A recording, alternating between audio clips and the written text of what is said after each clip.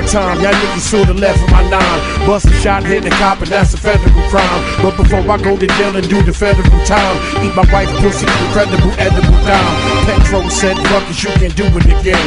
Let the scat blow, fucking now I'm losing the frame. Sean Price is the best around. Niggas Ray Charles with it, doing the damn mess around. I will back out the iron and press this clown. I will smack fire for lying and wet this clown. No joke, rock him all law. Fucking drive by me and I'ma pop at your car. Listen, push that crack, push that rap, good. When I push that lack, you look at that hood.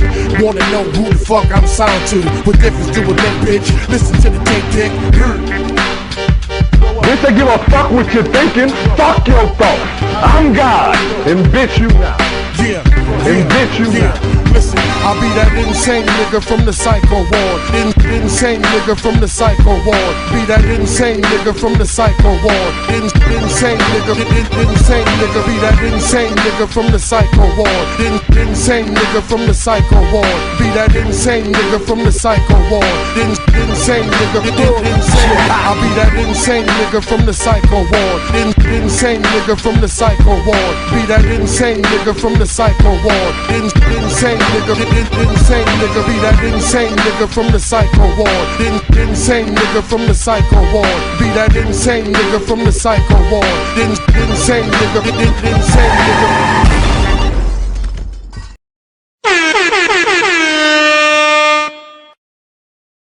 Just incredible! Like that. Check it out. Just Incredible's freestyle series. Mick Jenkins is on the show. Drink more water. Oh, okay. He's here. Okay. Appreciate it, baby. You know what it is, man. It's the place everyone comes to spit them real bars. I had to bring the big dog in, baby. Let's go get him. See if you can see it from my perspective. Okay. POV, low key, I can't hide that, let them speak on me. I supply facts, my connect don't measure with Pyrex. 10% on 10 on tide, yes. Nice. Trust me, I'm gon' push papyrus. They Cartier must be, don't got time yet. Don't make me throw up, whole new Heimlich. I skim all these lists, fuck am I at? Ooh. They left me off a bad and bougie, couldn't rest in peace. The way it's in this system, you ain't gotta test this P. Came to get some ism, fuck about a referee. Aikman about my pockets, Michael Irvin about these recipes. Only double XL, good fellow tees. Know the judge very well, cause I fell on knees. Talking Elohim, if you keen, you won't misdemeanor. Nah, Hakeem made the dream shake, rocked arenas. Locker room, like who really want the smoke? Said was eating Gilbert Grape, heavyweight. You can't bob and weave it. Thread and needles, ain't no bobbing needed. Eat the rich, we been robbing leeches. I try to keep it under arms that I bear, but it's not a secret. Know the truth, but niggas not gon' speak it. Not Mohican, still the last of a dying breed. That fire breathe, these dragon tail supplying heat.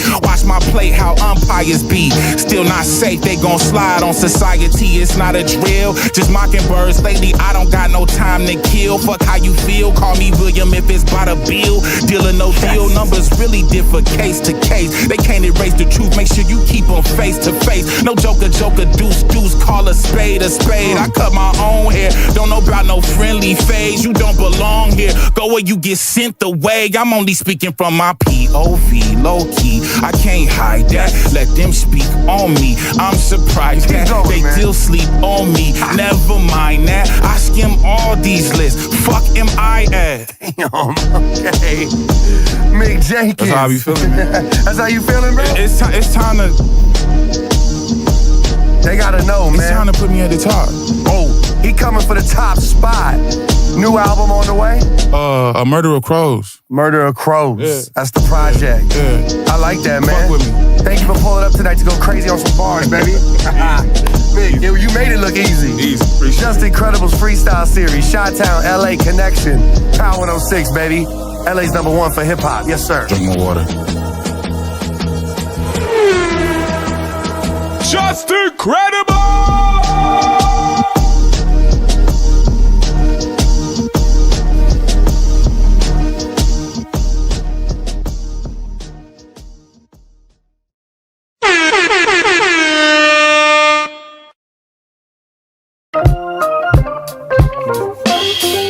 In the spirit of God, in the spirit of the ancestors, in the spirit of the Black Panthers,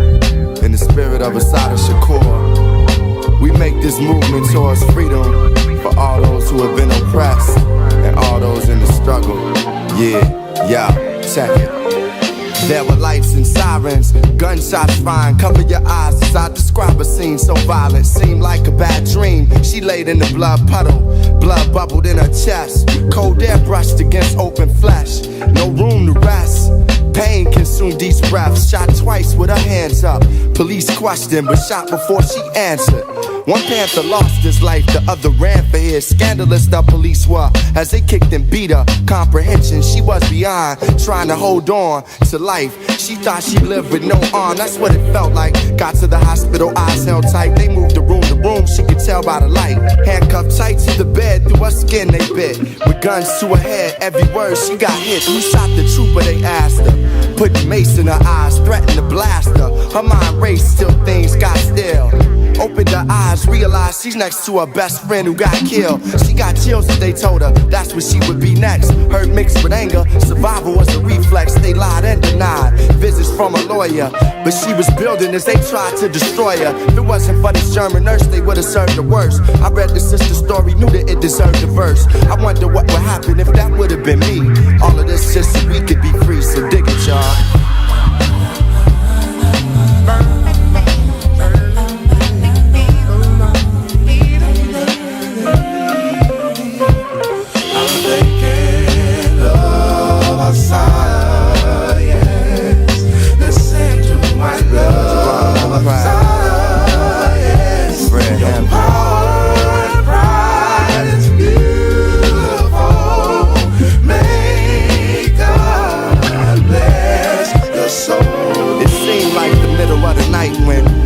Awakened her, walkie-talkies crackling, not saying where they taking her. Though she kinda knew what made the ride peaceful was the trees and the sky was blue. Arrived to Middlesex prison about 6 in the morning. Uneasy as they pushed her to the second floor in the cell. One cot, no window facing hell.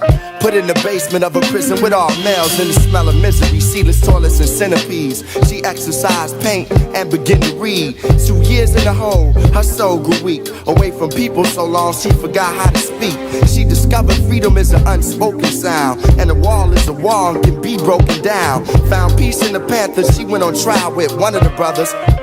She had a child with the foulness. They would defeat her, hoping she'd lose her seed. Held tight, knowing the fight would live through the seed. In need of a doctor, from her stomach she'd bleed. Out of this situation, a girl was received. Separated from her, left to mother the revolution. And lactate to attack hate. Cause federal estate was built for a black fate. Her emptiness was filled with beatings and court dates. They fabricated cases, hoping one would stick. And said she robbed places that didn't exist. In the midst of threats on her life and being caged with Aryan whites, through dark halls of hate, she carried the light. I wonder what would happen if that would have been me. All of this just so we could be free. Yeah, I often wonder what would happen if that would have been me. All of this just so we could be free. So dig it, people. I'm thinking of Assata, yeah. Listen to my love, Assata, yeah. Your power and pride, so beautiful. May God bless your soul.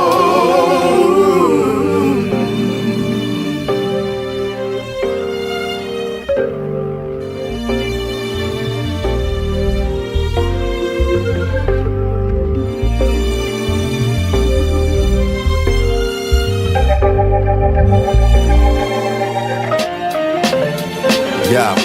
From North Carolina, her grandmother would bring news that she had a dream. Her dreams always meant what they needed them to mean. What made them real was the action in between. She dreamt that Assata was free in their own house in Queens. The fact that they always came true was the thing. Assata had been convicted of a murder she couldn't have done. Medical evidence shown she couldn't have shot the gun. It's time for her to see the sun from the other side. Time for a daughter to be by her mother's side. Time for this beautiful woman to become soft again. Time for her to breathe and not be told how or when. She untangled the chains and escaped the pain.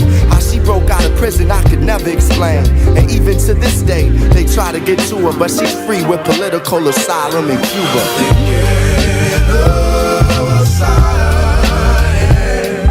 Listen to my love, Assata, yeah. With more than from the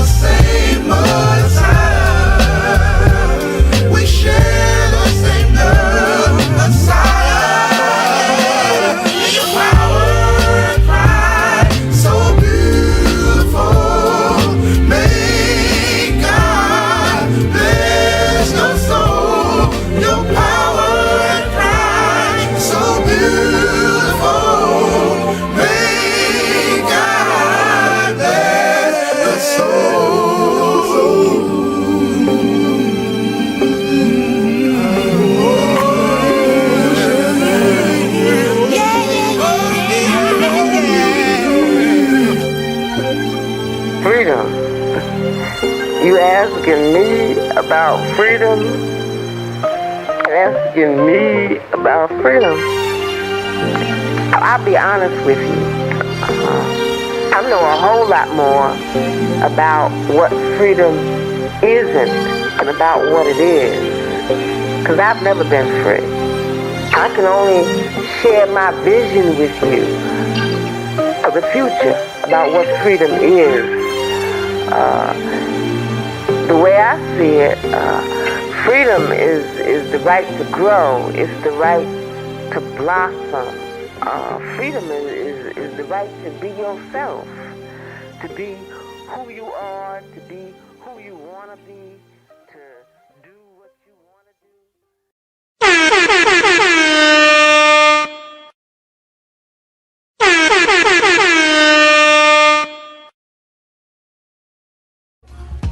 These the last days. It's yours. These the last days. It's yours. These the last days. It's yours. These the last days. It's all about taking my own life into my own hands. RBG, refine, be a grown man. See, that's what I'm doing, cause I know it's inside of me. All I gotta do is just bring it to reality. It's fuck the government, but still I gotta pay the rent. So yeah, I'm for the caper, most definite. Keeping it militant, focused, intelligent. Pimping the system is basic common sense. It's still fuck the bid. Black power ain't dead. All that red, white, and blue shit be going to y'all head. See, we break bread, it's like a game or a sport. Gotta train every day to keep your team on point. Cause still, to this day, our reparations ain't paid. And you can see it in the poverty around the way. It ain't even our own people on BET. So they gotta get it from somebody, it might as well be me. Besides, a nigga gotta eat when he hungry. You see how they send troops to war for their country. Niggas worldwide need an army of one. It's revolution to the fullest, put the bullets in the gun, nigga. These the last days. It's yours. These the last days. It's yours. These the last days. It's yours. These the last days. It's yours. These the last days. It's yours. These the last days. It's yours. These the last days. It's yours. These the last days.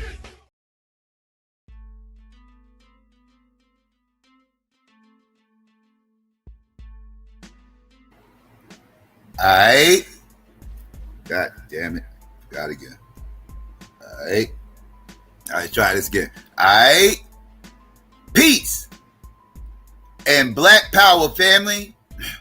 It's your boy Psychopath Black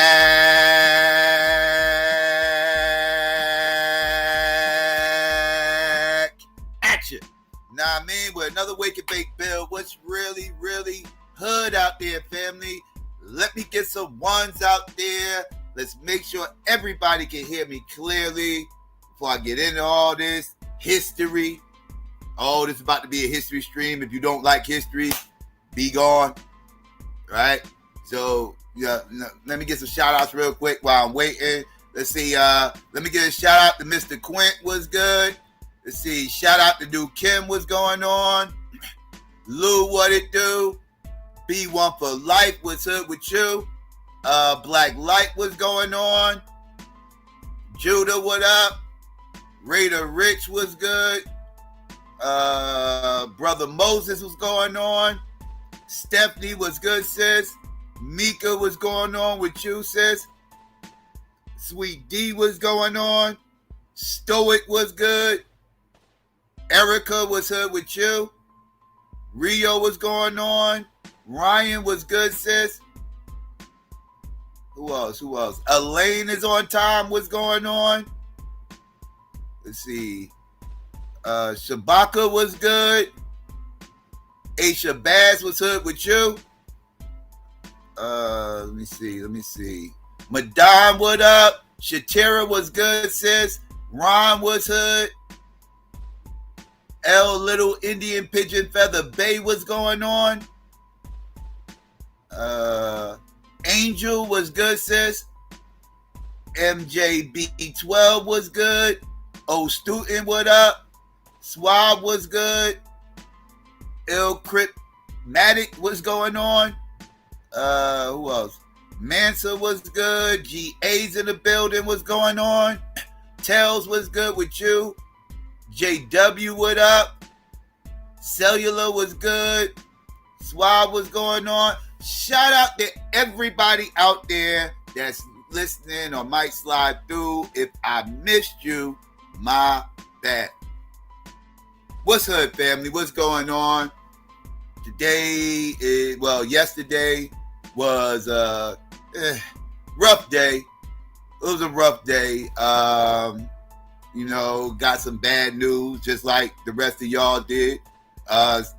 Some of y'all might not deem it as bad news. Some of y'all might not deem it as bad news as I do. I deem this as extremely bad news. We lost a great one yesterday, right?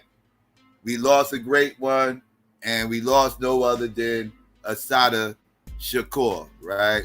Shout out to her, man. Shout out to her. May she rest in power. You know what I mean? Let me give her one last air horn. Shout out to her. You know what I mean? Very influential figure within the Black revolutionary movement, right?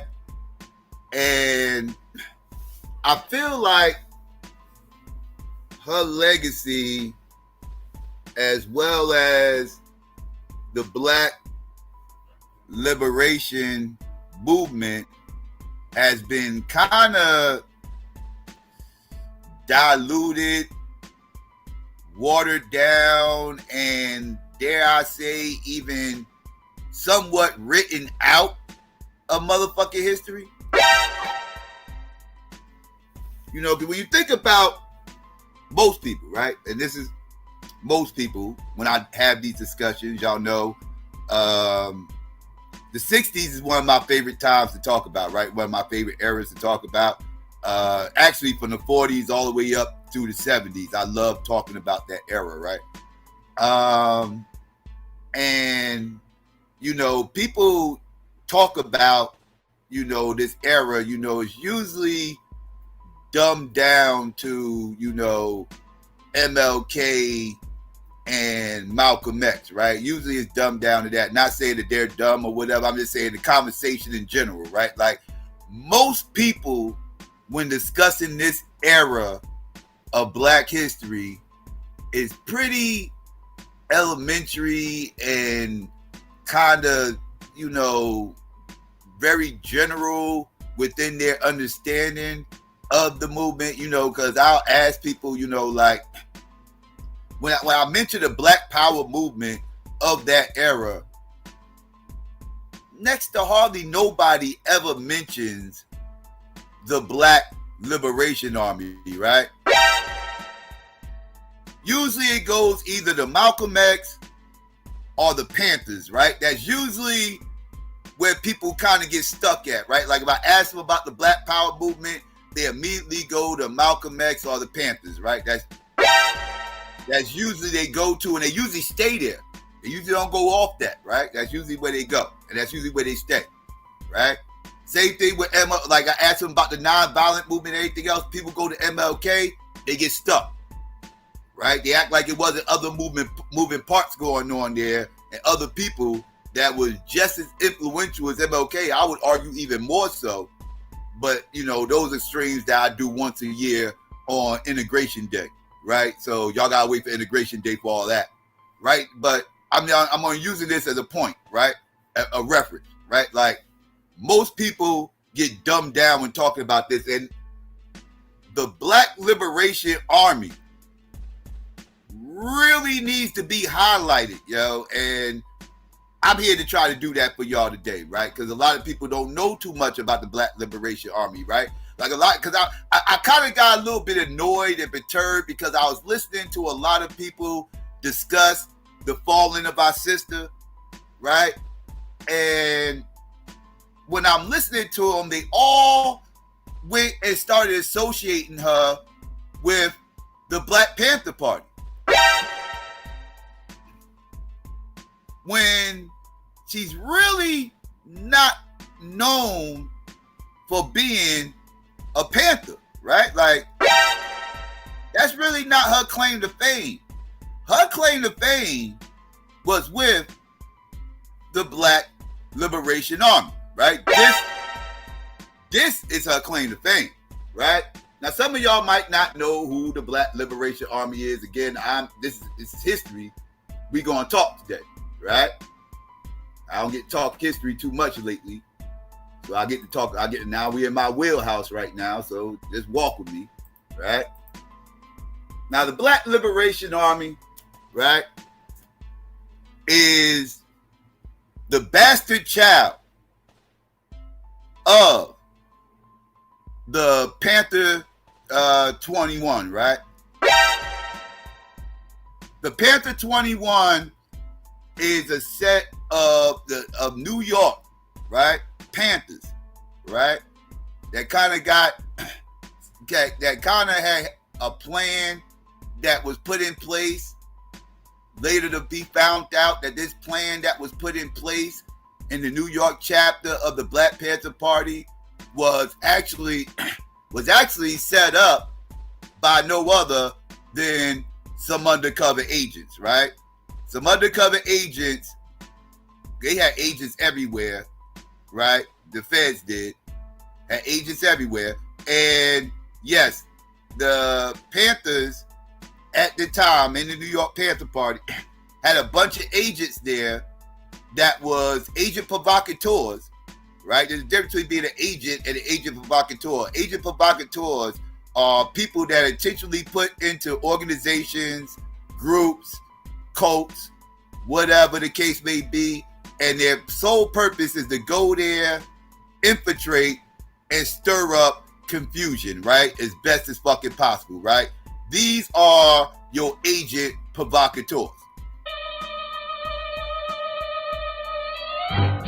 Use an agent. Use an agent. Use an agent. Use an agent. Right. Now, I'm just going to give you a quick skinny, and then I'm going to get a little bit deeper with this, because it's about to get deep, family. Strap up. Right? Now, now, after the Black Panther 21, the New York Panthers, right? Just to show y'all that this is not anything new, the New York Panthers and the West Coast chapter of the Panthers, which would be mainly the headquarters out in Oakland, started getting into different they started beefing, right? They started having problems ideology-wise, right? And some of y'all might be wondering why. Well, let me point to one individual who's going to be a mainstay of kind of what I'm focusing on. But it was one individual that kind of was really stirring the pot within the Black Panther Party on an ideology level, and that would be no other than Eldridge motherfucking Cleaver, right?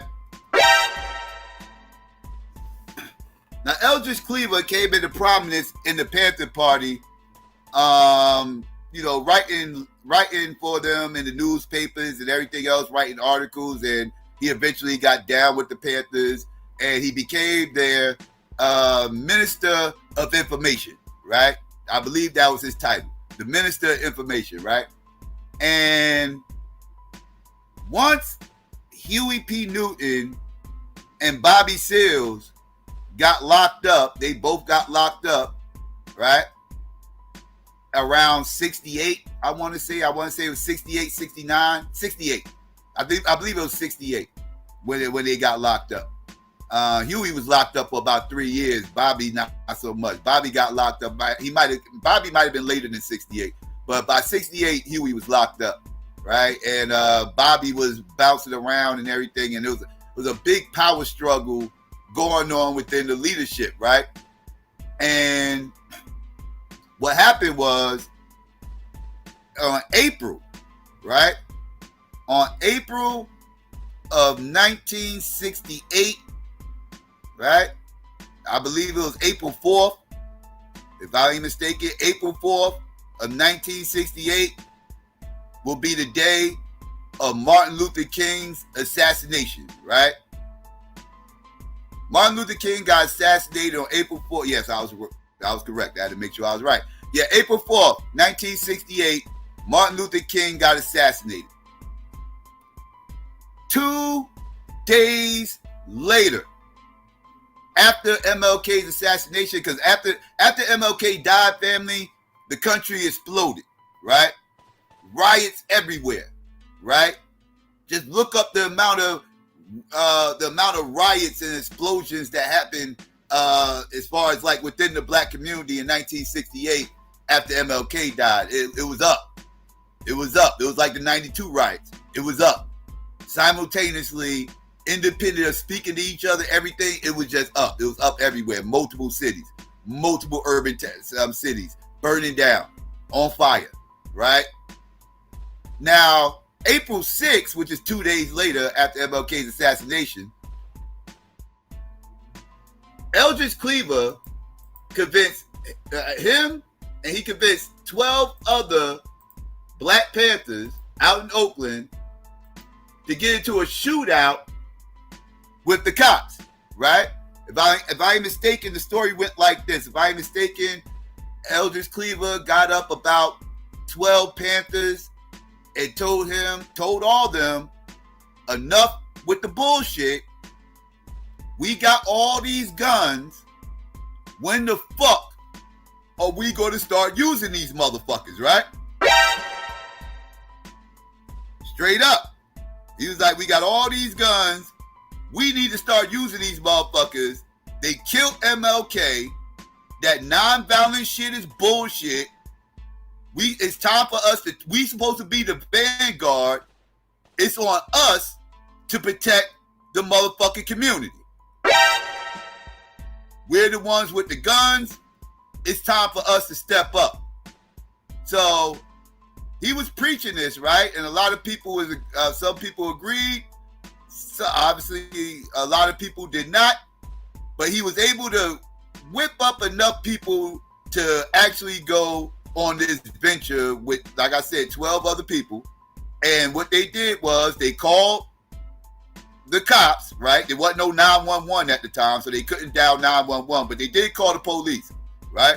They called the police and they made a fake report, right? Told the police that it was something going on. Don't get me to lying. Somebody getting kidnapped, tied up, hostages, whatever. It could have been, I don't remember what they told the cops, but they told the cops something in order to get the cops to come. 2 cop cars, if I'm mistaken, shows up, and they was squatting, waiting for the cops to show up. And the second the cops showed up, they started letting off on these motherfucking cops.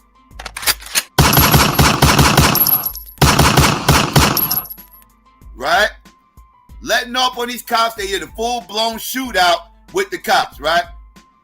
Now, the cops eventually get these motherfuckers boxed in, right? So there's no way they could go. They surrounded, they caught. But now they got an issue, right? Because they done shot a few cops, right? They done shot a few cops, wounded some cops and everything else. They got a shootout. These motherfuckers is ready to give up, but they scared to give themselves up because they think the cops is going to kill them once they get their hands on them, right? So what Eldridge Cleaver did was told everybody, strip all the way the fuck down. Yes, he told them motherfuckers to strip the fuck down. Right? And go outside the building butt naked. Again. Right? And the reason why he told them to do this was because so the police wouldn't have any excuse of saying that the black men were reaching for their gun, right? And have an excuse to shoot them, right? So if they go out butt naked, they can't say they had a gun in their pocket, they was reaching for something, whatever the case may be. Pause. Right? So that's what they did, right? They all stripped down and they all went out there. Except for this one, I believe he was 17-year-old kid, 16 or 17-year-old kid by the name, right? Here you go right here, right? And he goes by the name of Bobby Huggins, right? Hudson, right? Right? Now,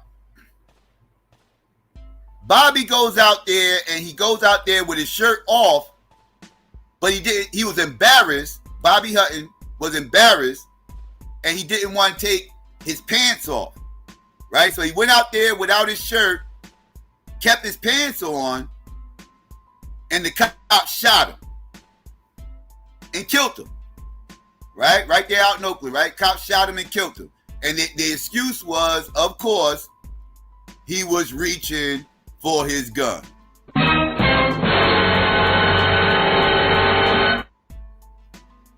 So because of this error, they lost the brother Bobby Hutton, right? Now, when this happens, right? They catch what you call where I'm at with it. Why my shit ain't showing? Okay, there we go. Yeah, now they caught Eldridge Cleaver, right? And they killed Bobby Hutton. They caught Eldridge Cleaver, and Eldridge Cleaver got bailed out. But when he got bailed out, the motherfucker took off to motherfucking Cuba, right? Just like a lot of the revolutionaries at that time, he took off and went to Cuba. Oddly enough, though, when Eldridge Cleaver got to Cuba, Cuba said, "Me no want you here." No, me no want you here. Me no want you here, Poppy. Me no want you here, Poppy. You hot, Poppy. No, pause, Poppy. Pause, Poppy. You hot, Poppy. Pause. Me no want you here, Poppy. So Cuba kicked him the fuck out, right? Cuba kicked him smooth the fuck out. He got kicked smooth the fuck out of Cuba, and he ended up in Algeria, right? After he left Cuba, he ended up in Algeria, right? Now, all that being said, family, I just gave y'all kind of a skinny real quick, to kind of, help you out with this next part, because I need y'all to watch this now and pay close attention. Remember everything I just told y'all, because I had to give y'all a backstory. Again, we leading up to shit. Y'all know I got to give y'all the temperature of the room. This is all leading up to something. Walk with me. All right? So let's get into this real quick. That's how that went.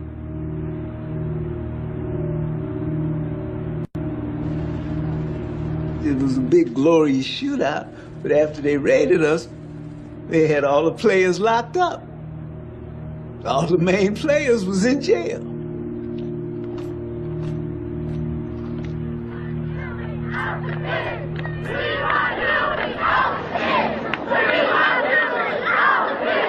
For about 3 years, the Black Panthers have used Huey Newton's name for a rallying cry, demanding that he be freed from jail where he is held on a charge of killing a policeman. The words "Free Huey Newton" have been chalked and spray painted on 1,000 fences and walls. This spring, the California Supreme Court found some errors in his trial and ordered a new trial.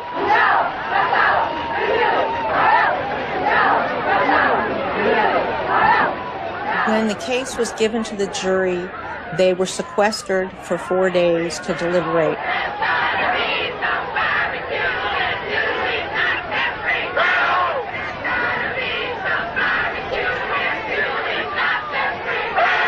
It was extremely tense. You could feel the energy and the tension in the air. People were talking about doing all types of things, that, Oakland could explode. Matter of fact, every city across America could explode that day. The Panthers had been getting ready for guerrilla warfare, and they said, the sky's the limit if the jury convicted him.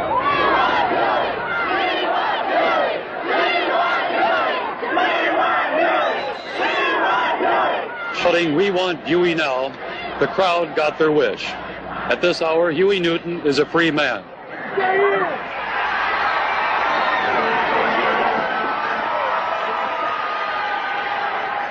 Everybody was just jubilant that day. finally, he gets to walk out of that jail a free man. The sky was the limit, and the sky turned blue. In August 1970, with Panther support at its peak, Huey Newton is released after nearly 3 years of incarceration. The members and admirers of the Black Panther Party were gathered by the hundreds at the Alameda County Courthouse. Inside, Huey P. Newton, founder of the Black Panther Party, was freed on $50,000 bail, pending a new trial on the charge of voluntary manslaughter. It was a beautiful thing. There had to be 5,000 people there to see Huey get out of jail. When he could be seen above the crowd, Newton tore off his convict shirt. It was a gesture of defiance, of contempt for white authority. It was such a joyous day because it showed people the power of the people. People walked up and down. They swore Huey was getting the gas chamber. He would never see the streets again. But here he is out on the streets. And that was a people's victory. It seems a remarkable moment of vindication. What nobody can imagine is the party is about to tear itself apart. By 1971, the once unified leadership of the Black Panther Party seems worlds apart. Just get your feet back on the ground. With Bobby Seale still stuck in a prison cell, Huey Newton takes control of the party and, to the surprise of many, softens his militant stance. Since his celebrated release in 1970, Huey Newton's attitude has changed. America's most famous urban guerrilla now says that he rejects the rhetoric of the gun. The talk about the gun has proven more detrimental to the party in many cases than an aid to the party and the People's Revolution. At the same time, Eldridge Cleaver finally emerges after 2 years underground. He's halfway around the world in Algeria, where he and Kathleen have started an international branch of the party. Power to the people. We petitioned the government to allow us to create an office there because what Eldridge wanted was a base where people could come, get trained in guerrilla tactics, and go back to the United States. Unlike Huey Newton, Cleaver is still preaching a provocative doctrine of armed revolution. When the American people hear that you want to shoot your way into the United States Senate, take off the head of a senator. And take off the head of Richard Nixon, you see? Well, what does that mean? This is rhetoric? This is not rhetoric. I'm telling you that all of the pigs of the power structure have to be apprehended. And Eldridge Cleaver, what can I say? He was outraged. He was crazy. Eldridge is pushing orphan pigs and stuff like that, where Huey is talking about we need to get away from that shit. We need to go back into the community. We need to rally the people around basic necessities. So you had a split in the ideology of the party. These two personalities were colliding together.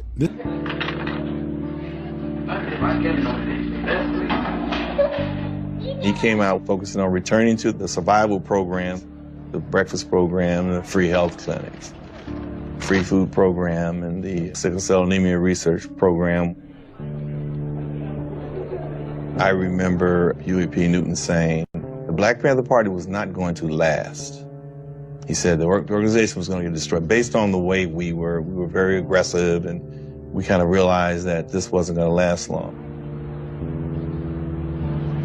We know those are not revolutionary programs. They're at best survival programs. We know that the people are in jeopardy of genocide, and that if they do not survive, then it won't be possible to bring about revolution. We were really trying to connect more with the people in the community, and this was a big push, and there was probably some people who were not happy. We have a Breakfast for Children program, you know? But that's not what the Black Panther Party is all about, you see? I don't agree with saying that the Black Panther Party supports Breakfast for Children, and that's all that we're about, you know? Don't talk about this other thing. The Black Panther Party is for overthrowing the United States government. Those people who were on the other side of this issue politically did not see the Black Panther Party as a vehicle for social service. We saw it as a vehicle for political transformation, radical change, for revolution. So we couldn't get excited about survival.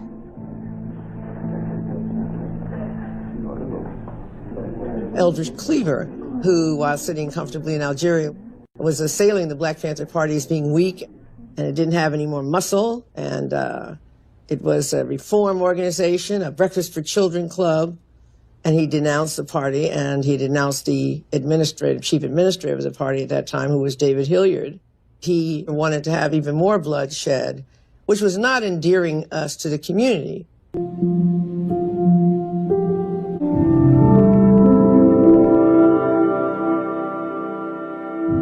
Afeni Shakur was now a full-time member of the Black Panther chapter in New York. She was certain that the only solution in America was violent uprising. And she spent her time writing poems calling for revolution. But the problem was that she and many of the others in her cell didn't know what to do to make this happen. They watched enviously as other Black Panthers on the West Coast fought running battles with the police and the military. All we have to say is all power to the people, and you can jail a revolutionary, but you sure can't jail a revolution. Baby, you're gonna have some dealing to do, because niggas ain't gonna stop until they either get freedom or destroy everything that they run across. How many of you with? The question of who to attack in New York got more and more complicated. Some of the Panthers argued that they should target the ruthless landlords who made them live in rotting apartments, and the bankers who refused to lend blacks money, so they could never escape from the slums. These, they said, were the agents of imperialist control. But in New York, the majority of landlords and bankers were Jewish. And we are being exploited by people who do not live in our colonies, you see, or in our communities, who come into our communities and exploit us every day, you see, and they take the money back to their communities. So this is like colonial imperialism in our content, you see. And the people who exploit us in our communities, particularly in New York City, are Zionist Jews.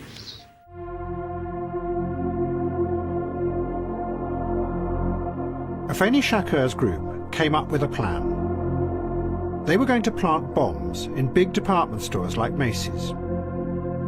And they would also bomb the Bronx Botanical Gardens and attack local police stations.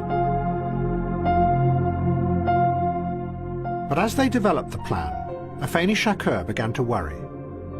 She didn't want to kill civilians, and she felt they were being bullied into it by one of their group. He was one of the founder members of the cell, whose revolutionary name was Yedwa Sudan. And Afeni Shakur started to be suspicious. She wondered if he might really be an undercover policeman. Shakur told another member of the group about her suspicions, who then went and confronted Yedwa Sudan. Sudan immediately pulled out a gun, fired 2 bullets into the table in front of him, and denied it. He said that Afeni Shakur was just being a typical emotional woman. And the group believed him, not her.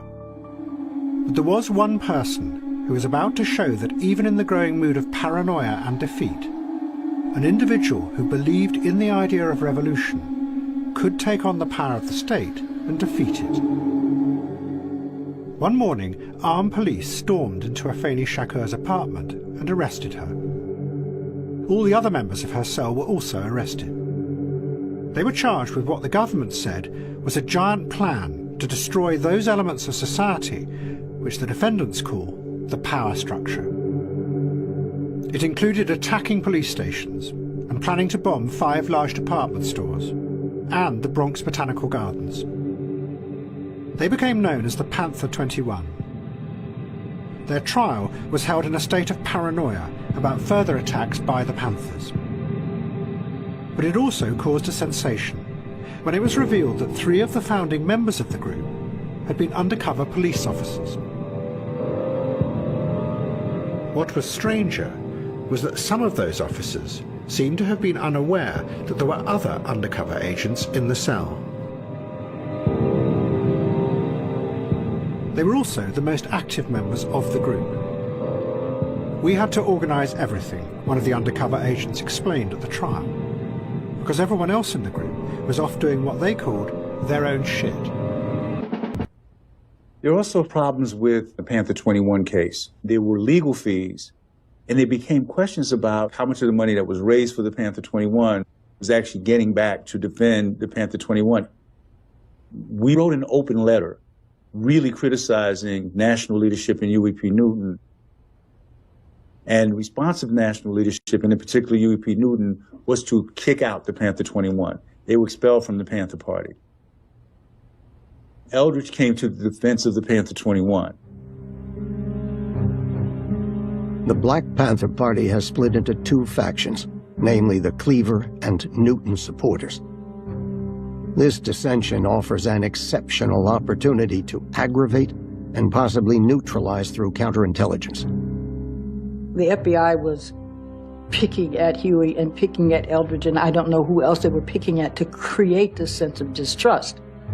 In the future, submit counterintelligence proposals against the Cleaver faction in the Black Panther Party, designed to widen the existing rift, effectively driving a wedge between Newton and Eldridge Cleaver. Ensure this mailing cannot be traced to the Bureau. What we thought the FBI wanted to do was kill us, blow up our offices, shoot us. I don't think we understood exactly how insidious their project was. They created a culture of paranoia, which was incredibly destructive. In this sense, it was the ultimate intelligence success, being able to pit the party against itself. And the Panthers' internal conflict would soon erupt in the mainstream media. Good morning. Yes, it's AM, all right. And this is Jim Dunbar with Nancy Ann Fleming and Gary Papley. We had become aware of some sort of a rift that had come to pass between Huey and Eldridge. We booked Huey and arranged a call from Eldridge in Algeria to take advantage of that. We've got lots of things coming up here on AM this morning. Lots of things that you'll like to see, and we're looking forward to them too, right here on AM. I'll not try to sugarcoat this. We thought this is a wonderful opportunity to build audience, so we decided to go ahead and put the two of them together. Eldridge, we're about out of time. Do you have anything you want to say to any of your followers here in the Bay Area?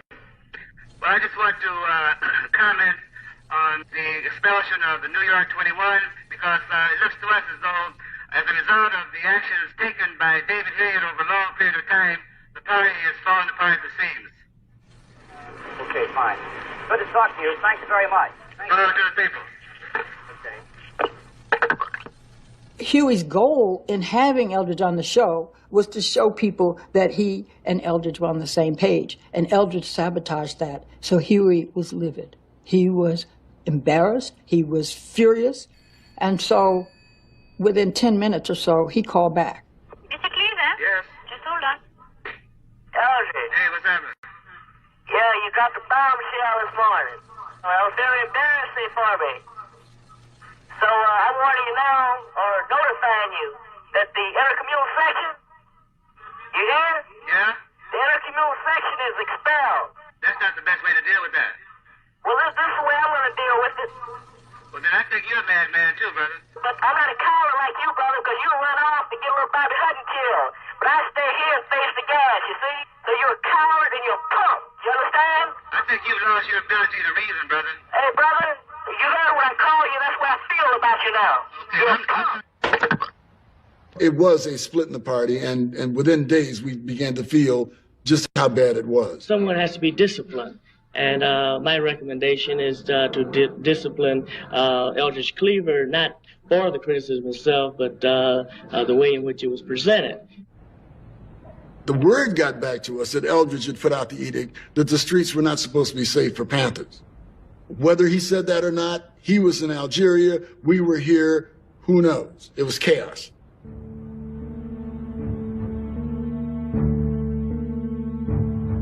There were certain chapters that stayed with Huey. Many of the people who followed Eldridge leave the party and go underground. And then some people just were confused and frustrated and walked away. They don't know which faction of the Black Panther Party to follow or if they should deal with Panthers at all. The party had leaders who at that point were not worthy of the dedication of their followers. And I think that that was probably the worst aspect of the party, is that I think some of the followers felt betrayed by their leaders. And the split becomes so deep that it erupts, in some cases, into violence, into fights and into shootings between Panthers. This is exactly what the Bureau, in fact, wanted to see happen in the first place. This was part of what the COINTELPRO operations were really all about. J. Edgar Hoover, in particular, says we've been pitting people against each other. That's all worked out really well, but now we don't even have to worry about it anymore. Now they're just going to keep it going on their own, and we can step back a little bit and just let them play it out. In the midst of all of this turmoil, the Panthers decide to go in a really radically new direction.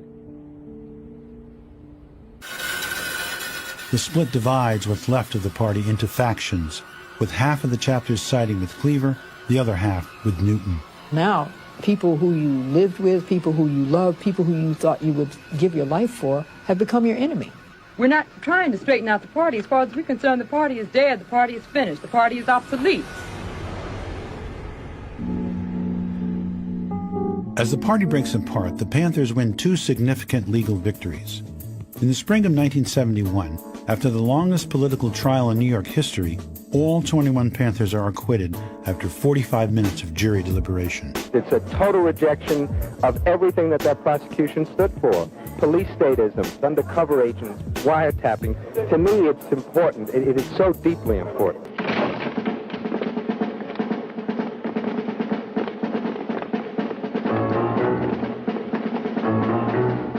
The prosecution claimed that the group had been inspired by violent revolutionary propaganda, and in particular by the film The Battle of Algiers, made about the Algerian struggle against French colonialism. They showed the film in the court.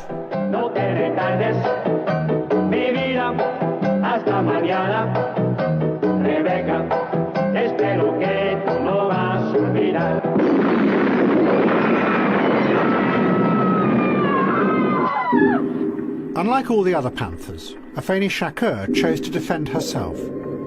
And at the end of the trial, she cross-examined the leading undercover agent.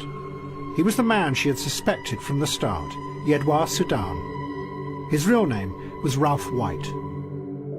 A journalist who was in the courtroom wrote a book that described what happened. She started by getting White to admit that really most of the inspiration for the plots came from the undercover agents.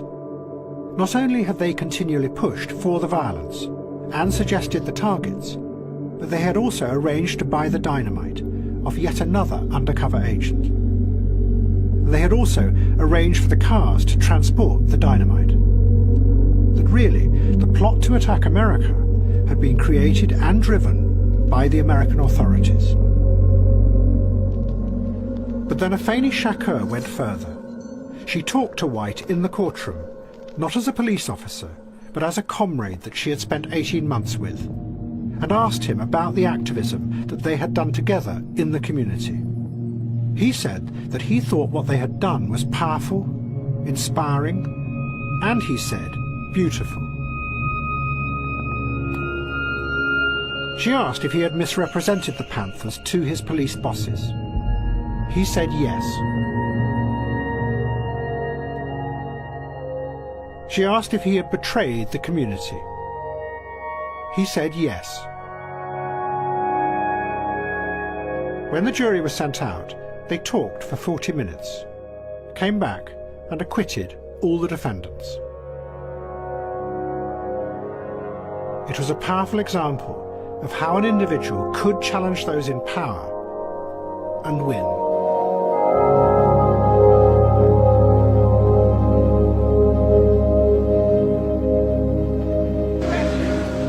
But at the same time, the revelations at the trial of how the Panthers had been penetrated and manipulated fed the growing paranoia that was tearing the radical movement apart.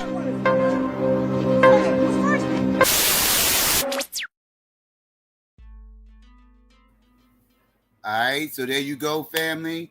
I just wanted to kind of give y'all the temperature of the room around this time. We talking early 70s, right? We talking like around 70, 71, 70, It wasn't even 72 yet around this time. So that whole time period I just showed you was like a 3-year time frame from like 68 to like 71, right? It was all a smooth build-up, right? So now that y'all understand the temperature of the room, we can get into what happened after everything you just watched, right? Because after everything you just watched, as you can see, the Panther 21 was acquitted, right? All charges, right? Tupac mother and everything. She was one of them. Very powerful sister. She was one of the main people representing herself too, and everything else. So yes, and yeah, so they got off. The New York Panthers and that whole cell out there was free, right? Now, if y'all was paying attention, what was just being played, you also heard that right before they got out, they was also expelled from the Black Panther Party of self-defense. Let's chew on that real quick, right?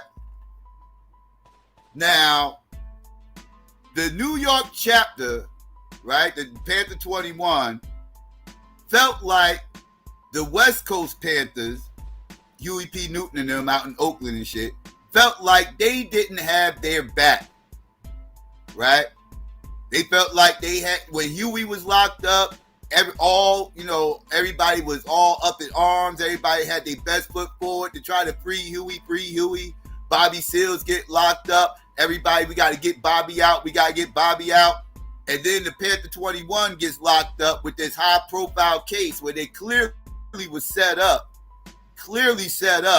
and it was crickets coming from the Panthers out in the West, the head leadership, right? The leadership out in the West, it was silence, right? As a matter of fact, they decided to distance themselves from the New York chapter of the Black Panther Party.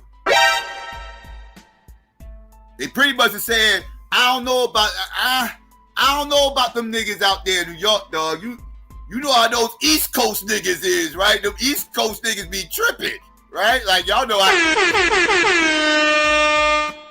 they smooth got on that type of time. And this is when Tupac was in his mother's belly, right?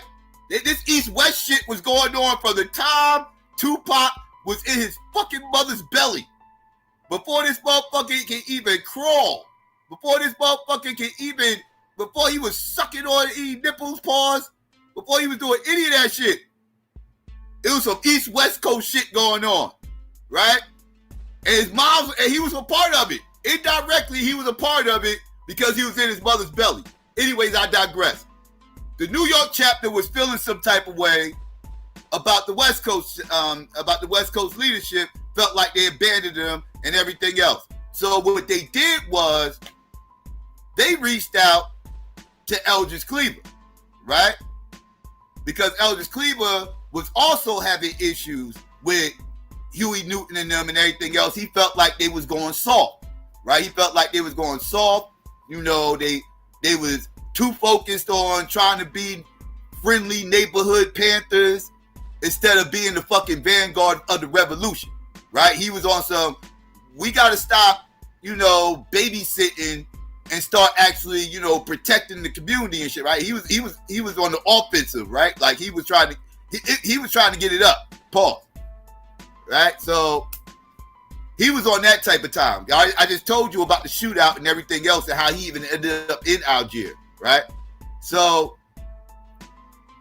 he's out there in Algeria, and wait up, let me make sure I got this. Now he's out in Algeria, right?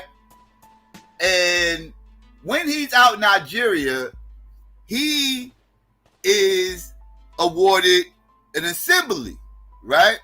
An assembly out in Algeria because Algeria was a hub for revolutionary thought, and they supported all establishment groups. They supported all revolutionary groups. They had funds coming into the country, coming from Russia, coming from China, coming from Korea, right? Now, they had all these funds coming in, right? These communist countries, right, that wanted to go against capitalism and support anybody that wants to tear down capitalism within the country. They support behind Eldridge Cleaver's cause, right? Now, Eldridge Cleaver has promised the assembly. He's promised all types of funds, but he got an issue. He got an assembly, and he's promised all types of funds, but he don't have a motherfucking organization to claim to fill up the assembly, you know what I mean, to have a reason for the assembly and a reason to get these funds. He just denounced the Panthers and got kicked out live on TV by Huey Newton. So he's sitting here groupless, right? He has nobody, right? It's just him, his wifey, and his kids, and that's it. And that's it. So now all of a sudden he got this disgruntled group of New York Panthers who also just got excommunicated from the Panthers, who is looking to do something different because they don't like the direction that the Panthers are going. Again, they feel like they're going soft. So what happens is a new group is formed, right? Out of all this madness, a new group is formed, right? And that new group that was formed at that time was no other than the Black Liberation Army, right? Now that I told y'all all this, y'all should have an understanding now of how these motherfuckers came about. Oh, I'm not done. I'm not done. Right? Now, the Black Liberation Army, right, was obviously, like I said, was formed by a bunch of ex-New York Panthers. It was a New York group, right? Again, region banging going on. There was some region banging going on. And so it's a New York group, right? And again, formed by a bunch of ex-Panthers that got kicked out, either kicked out or just left on their own because they didn't like the direction of the Panthers and started their own group called the Black Liberation Army. And when I say these motherfuckers right here make the Panthers look like hallway monitors, I'm not lying. These motherfuckers right here was about that motherfucking life. Let's get a revolutionary horns for these Liberation Army, who was truly about that life. Again, make the Panthers look like some hallway monitors. These motherfuckers was not playing, right? Now, I just told you how these motherfuckers formed, right? Now, one of the things that what they was really known for was throughout the course of their short-lived history, what they was really known for was pretty much getting into shootouts and offing motherfucking pigs. This is what they was known for typically. They truly was going against the establishment. Truly. Right? Give you a little rundown of some of the shit they did. Right? Let's see. In October 22nd of 1970, the BLA, Black Liberation Army, was believed to have planned a bomb in the St. Brenton's Church in San Francisco, right? While it was full of mourners attending a funeral of a San Francisco police officer by the name of Harold motherfucking Hamilton. Oh, they shot up the motherfucking funeral of a fucking dead fucking pig. These motherfuckers wasn't playing, family. They wasn't playing. Right? went to the goddamn cop's funeral and shot that motherfucker and wanted to shoot that shit up and blow shit up. These motherfuckers, he had been killed in the line of duty while responding to a bank robbery. Oh, my bad. They was going to bomb this motherfucker. Right? They did bomb it. Okay, the bomb was detonated. Right? The bomb was detonated, but no one in the church suffered any serious injuries. So, yeah, they blew up a motherfucking funeral with a fucking cop's funeral in 1970 out in San Francisco. Oh, yeah, that's another thing. These motherfuckers got around, too. Right?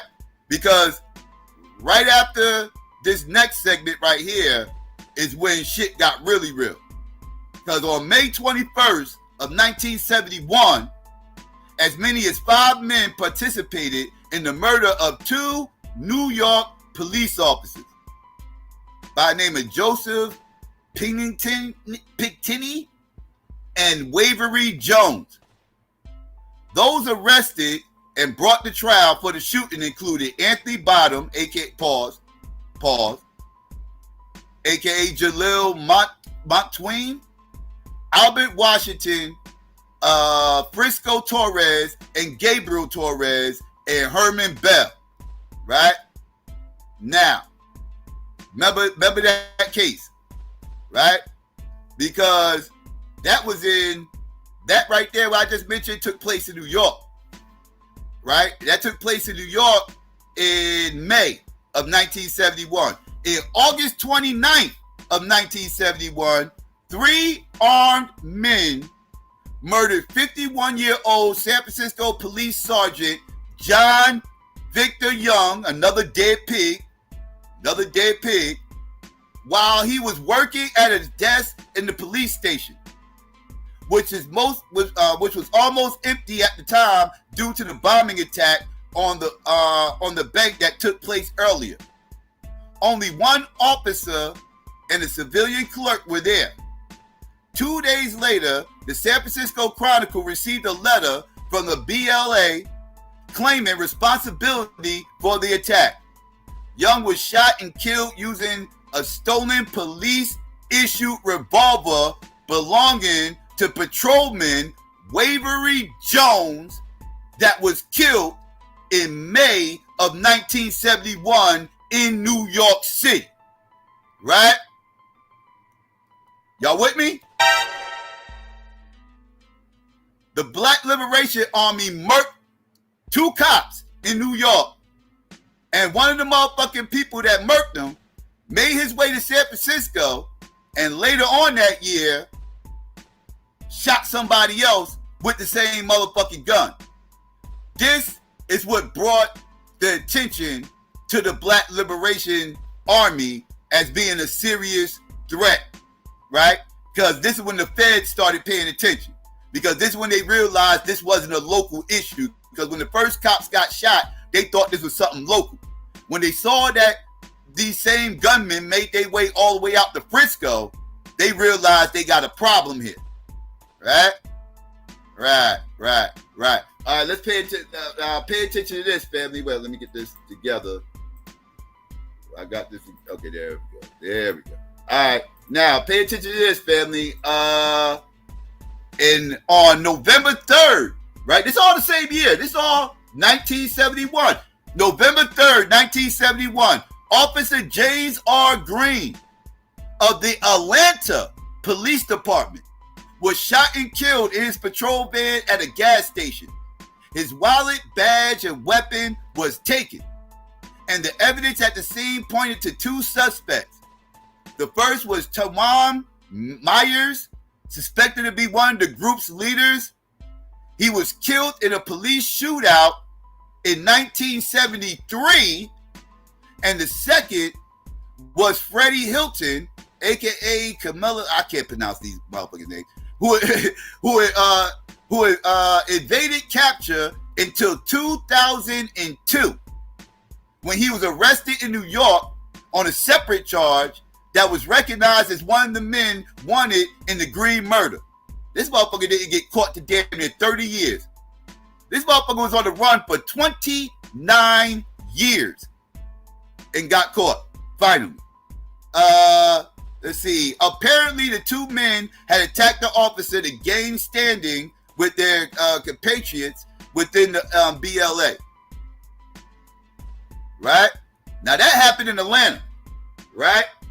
Now it just so happens that I got a little news clip of that situation happening. If you give me a second, I can get to it. All right, there we go. Let's listen to this. This is what happened, and this was this right here is the court case of that the Atlanta situation. Let's get into it. The Fulton County District Attorney Office says it wasn't news to them that the Black Liberation Army had anything to do with Officer James Green's killing. They say their main problem is trying to corroborate Cooper's statement and to make sure that they have a sound case when it comes to trial. Are you all any closer to putting somebody on trial for Officer Green's killing? It may be that we may get a little closer within the next 3 or 4 months. Right today, I can't say that we're any closer. We know a good many of the facts, but we can't produce the evidence to substantiate what we know. What will happen in the next 3 or 4 months to make you all feel closer to a possible solution? Well, that's the part I don't believe we could discuss right at this time, but if it should break, then we will be able to return an indictment. Do you think Cooper will make the same statement in court that he made to the FBI agent? At this time, he will not. One of the prime suspects in the Officer Green killing has been killed himself. He was killed recently. His name is Earl Myers in New York by New York police. The other prime suspect, Freddie Hilton, is being held by New York police on armed robbery charges and for killing a policeman. So the Officer Green killing seems to be just a step away from being solved. Walt Elder, WSB News. All right. So that was the news report in real time of that situation. I just told y'all what eventually happened to these people. Like he just said, Myers, who was suspected as one of the group's leaders, was killed in a shootout in 1973, like he said in New York. That was a whole different situation with another shootout with some other cops. These motherfuckers wasn't playing. Like I said, they was not playing. And like I said, Freddie Hilton, he evaded capture all the way up to 2002. So like I said, these motherfuckers on the run forever. You know what I mean? So these motherfuckers was good at what they did.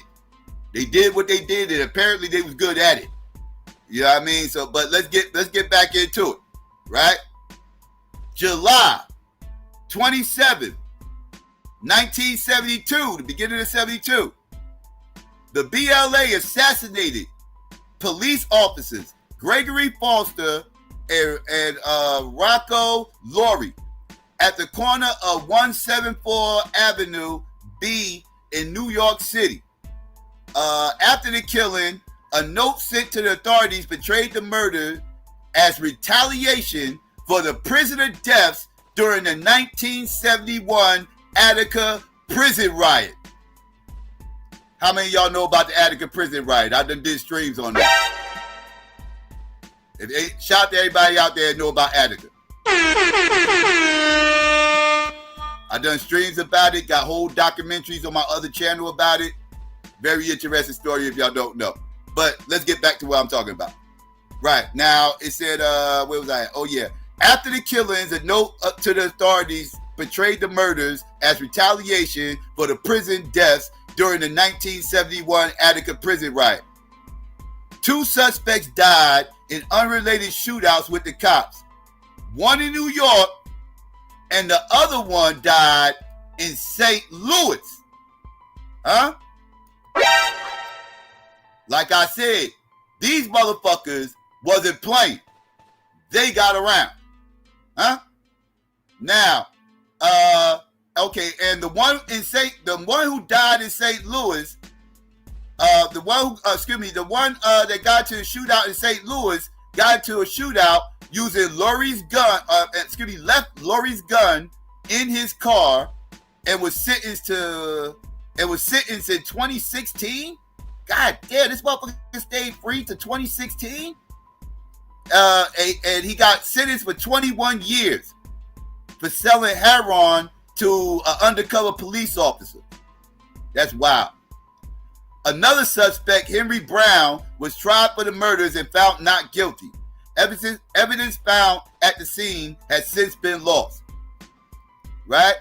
So, like I said, these motherfuckers are killing motherfuckers with one gun, taking the cop's gun, going to different states, and getting in the shootouts with other cops, killing those motherfuckers with the same cop guns that they motherfucking took from the previous shootout in another state. This is how these motherfuckers got down. They will make the Panthers look like some hallway monitors. The Panthers ain't got a rap sheet like this. I'm sorry, this shit is impressive.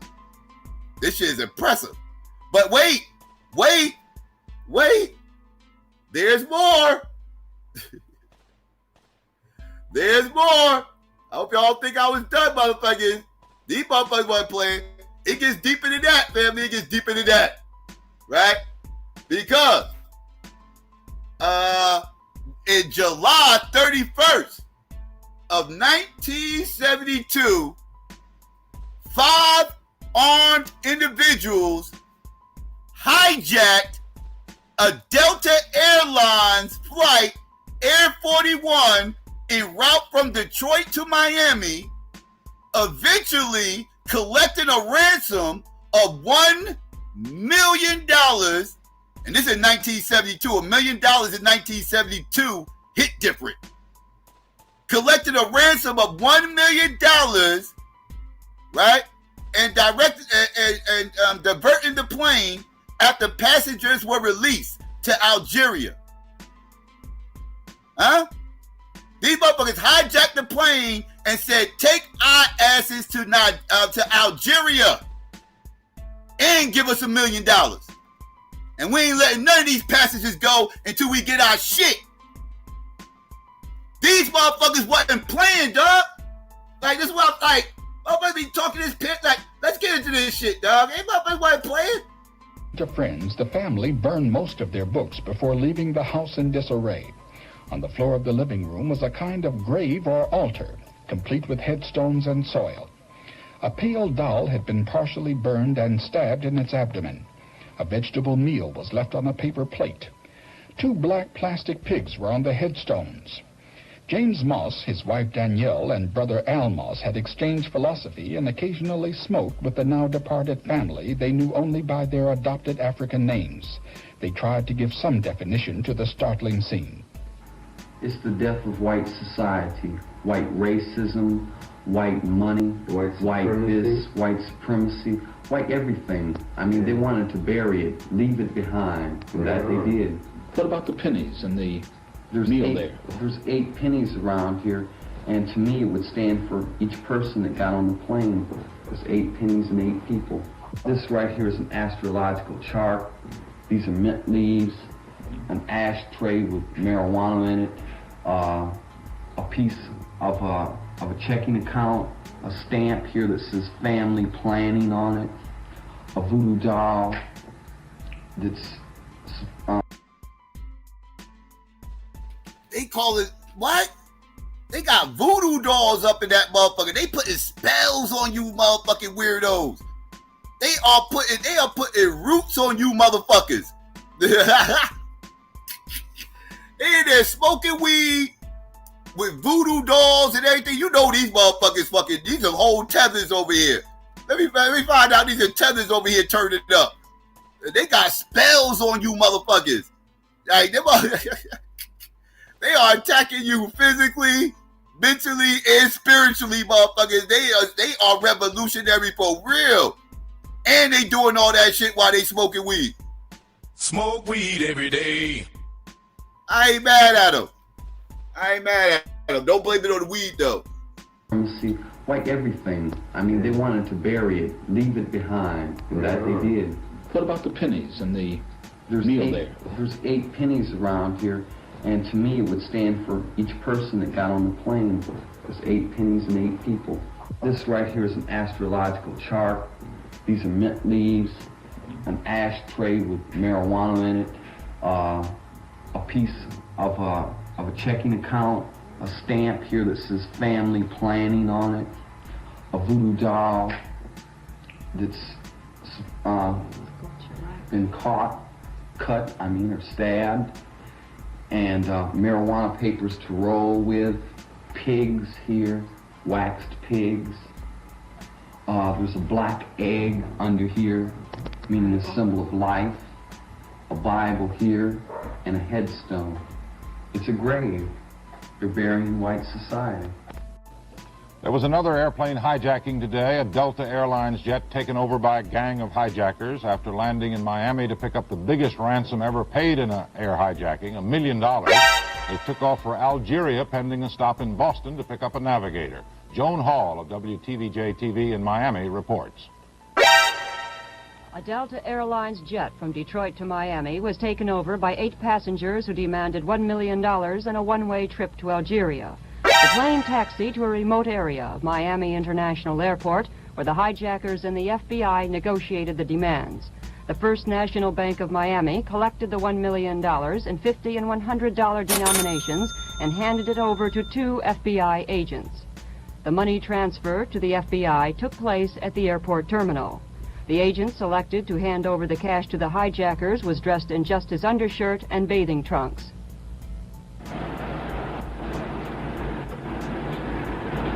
The 2 men drove across the field in a Delta cargo truck with the money in a blue suitcase.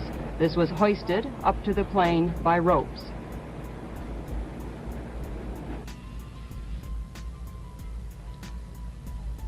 Then, 82 passengers and 2 stewardesses were allowed to leave the aircraft and were driven to the terminal. One of those passengers told what happened aboard the plane. Did the hijackers say where they wanted to go, or did you talk with them at all? No, Stewardess said they wanted to go to Algiers.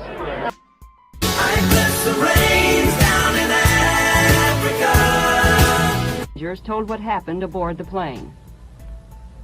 Did the hijackers say where they wanted to go, or did you talk with them at all? No, Stewardess said they wanted to go to Algiers. Algiers? Did they ask for money or anything at all? How much?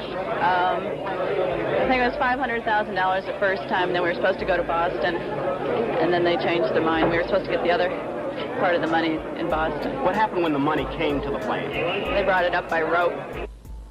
The DC-8 quickly departed for Boston with what is believed to be the largest ransom in the history of hijacks to date. The hijackers are described as 3 men, 2 women, and 3 children, all black. One of the men was dressed as a priest. This is Joan Hall reporting from Miami International Airport.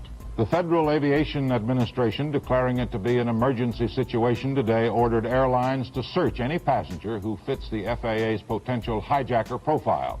Up to now, such passengers in most cases had only to provide proper identification. Today's action followed the hijacking yesterday of a Delta Airlines jet on a flight from Detroit to Miami. After picking up a $1 million ransom, the hijackers ordered the plane to Algeria. The Delta jet was allowed to land at the Algiers airport. Algerian officials seized the ransom, and the plane and the crew were allowed to fly to Spain today. The hijackers were 8 members of a black communal family in Detroit, 3 men, 2 women, and 3 small children. The U.S. demanded that the ransom be returned, and officials said they expect Algeria to comply. As for the hijackers, it wasn't known whether they would be given asylum. Back in Detroit, the FBI began looking into their lifestyle. Woody Willis of WJBK-TV reports. According to friends, the family burned most of their books before leaving the house in disarray. On the floor of the living room was a kind of grave or altar, complete with headstones and soil. A pale doll had been partially burned and stabbed in its abdomen. A vegetable meal was left on a paper plate. 2 black plastic pigs were on the headstones. James Moss, his wife... The motherfuckers had plastic pigs on the motherfucking headstones? Okay. I ain't mad at you. I ain't mad. They had 2 plastic headstones. 3 plastic pigs or some shit on the motherfucking. Oh yeah, I like that. That's a nice touch. That's a nice touch. I like that. Fuck these goddamn pigs. Wife Danielle and brother, complete with headstones and soil. A pale doll had been partially burned and stabbed in its abdomen. A vegetable meal was left on a paper plate. 2 black plastic pigs were on the headstones. James Moss, his wife Danielle, and brother Al Moss had exchanged philosophy and occasionally smoked with the now departed family they knew only by their adopted African names. They tried to give some definition to the startling scene. It's the death of white society, white racism, white money, white this, white supremacy, white everything. I mean, they wanted to bury it, leave it behind, and that they did. What about the pennies and the meal there? There's 8 pennies around here, and to me it would stand for each person that got on the plane. There's 8 pennies and 8 people. This right here is an astrological chart. These are mint leaves, an ashtray with marijuana in it, a piece of a checking account, a stamp here that says family planning on it, a voodoo doll that's been cut, or stabbed, and marijuana papers to roll with, pigs here, waxed pigs. There's a black egg under here, meaning a symbol of life, a Bible here, and a headstone. It's a grave. They're burying white society. Bury that shit. I ain't mad at you motherfuckers. Whatever you motherfuckers was doing, that shit was working, goddammit. That shit was working. I can't even stunt. Let me find out. They found the magic sauce. Oh my God. Let me find out they found the right one. I've been trying to figure out which one is the right one, because you hear about all these different. Oh my God. I'm like, man, I don't know, man. I can't seem to find one that I connect with. Oh my God. You know what I mean? So being that I can't usually find one that I can usually connect with, I usually just be like, man, fuck you, plus your weak religion. But I don't know, man. They shit right there, though. That shit right there. That shit right there might be that magic sauce. That might have been the proof I've been looking for. Oh my God. I don't know.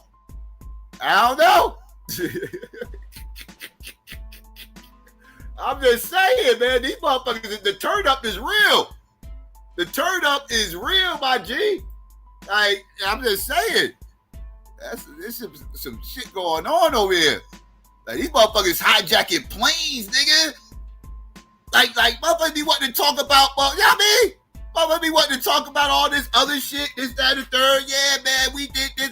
Nigga, you ain't hijacked no motherfucking planes, nigga. Who the fuck out here hijacking planes to go back to Africa? What the hell? Bless the rains down in Africa. If that ain't Pan-African, I don't know what the fuck is. I promise you that wasn't no FBA motherfucker who did that. You can't name me near FBA motherfucker who hijacked a fucking plane from North Carolina so he could go to fucking Seattle. You never found that shit, motherfucker. You ain't gonna find that shit. A motherfucker won't do it. I promise you he won't. But I literally just showed you some Pan-Africans who hijacked a fucking plane, demanded $1 million in a one-way trip, motherfucker, to motherfucking. I bless the rains down in Africa. That's Pan-African for your ass, niggas.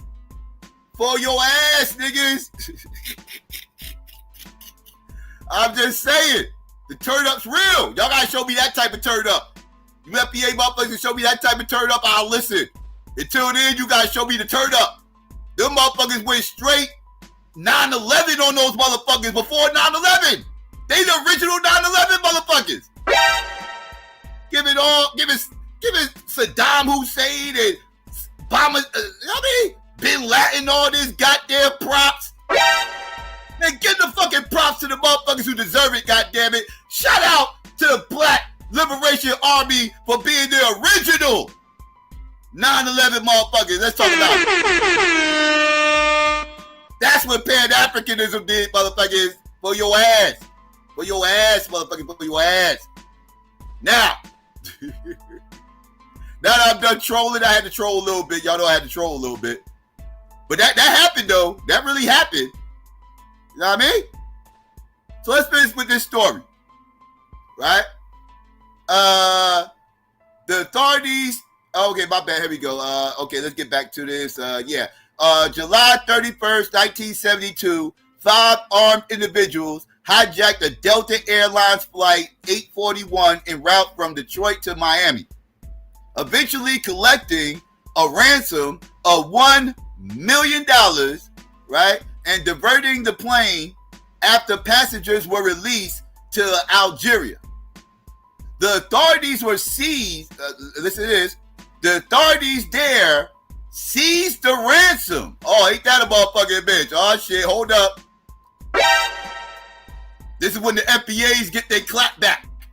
This is when the FBAs about to get their clap back. Because the second those motherfuckers landed in motherfucking... I bless the rains down in Africa. The second they landed their ass in fucking Africa, the motherfucking authorities is like, yo, where that bag at, son? Stop playing with me, man. I know you got it. I know you got it. Where the bag, son? I know you got that bag. We saw you get that bag. Blood money, straight up thug money. That brown paper bag under your mattress, drug money. And they got it. And they went and they dug in their pockets and took all their coins.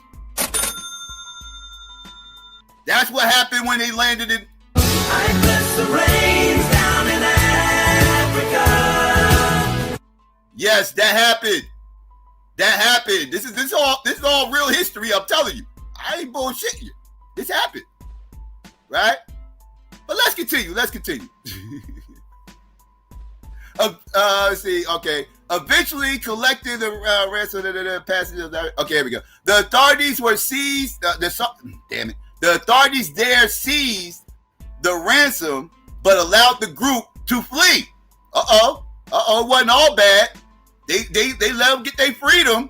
They ain't lock them up. Know what I mean?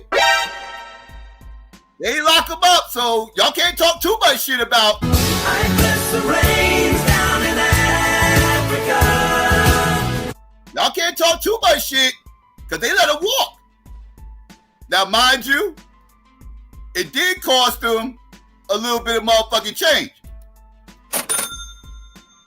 It was like, okay, yeah, okay, cool, you know.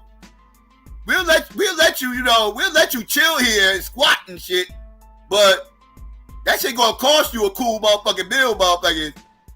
Give us our motherfucking bill and we'll let you walk.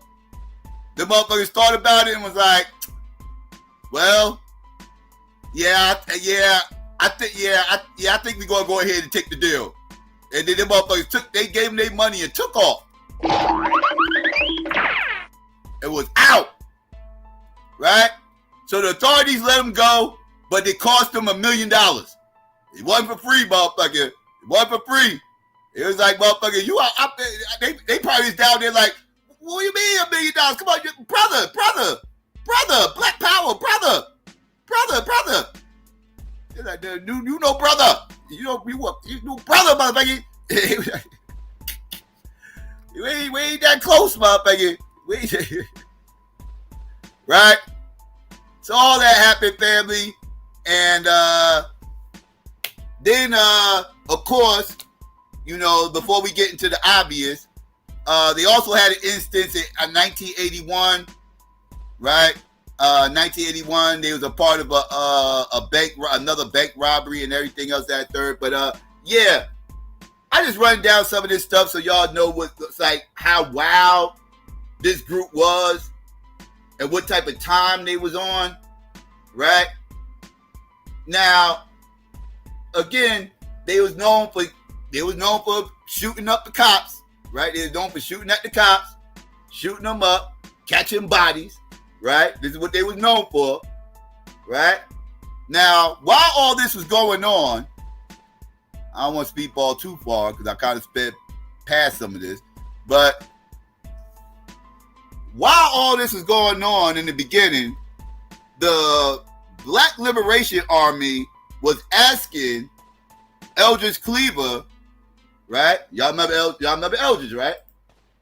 The motherfucker who's throwing batteries in all these motherfuckers back. They was asking Eldridge to be their leader, right? They actually was expecting Eldridge to take over leadership, right? Like, it only made sense because, like I said earlier, the Black Eldridge Cleaver was in Algeria, hence why they was trying to catch the plane to Algeria. But he was in Algeria. He was promised the assembly. He was promised some of that communist coins that, you know, they said they would deliver to him to help him fight the revolution. You know, like they was more than willing to fund Eldridge Cleaver. Eldridge Cleaver had funds coming in because he told them that he had his own Black Liberation Army. This is what he was telling people out in Nigeria so he could establish his assembly and get all of his funding. Now, behind the scenes, he's telling the BLA that he was on his Tariq Nasheed shit. He was saying the Black Liberation Army should not have a leader.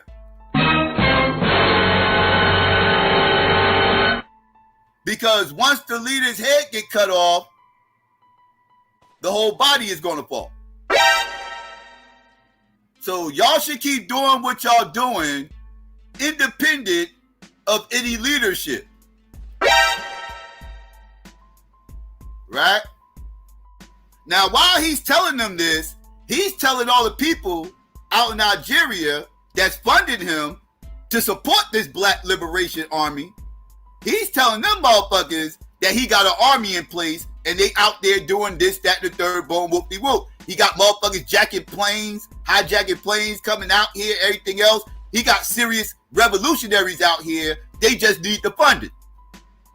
So they kicking him out in all types of motherfucking money. Eldridge Cleaver was getting hit off. He was getting hit with all types of motherfucking guap. And wasn't sending none of that shit to motherfucking New York. None of it.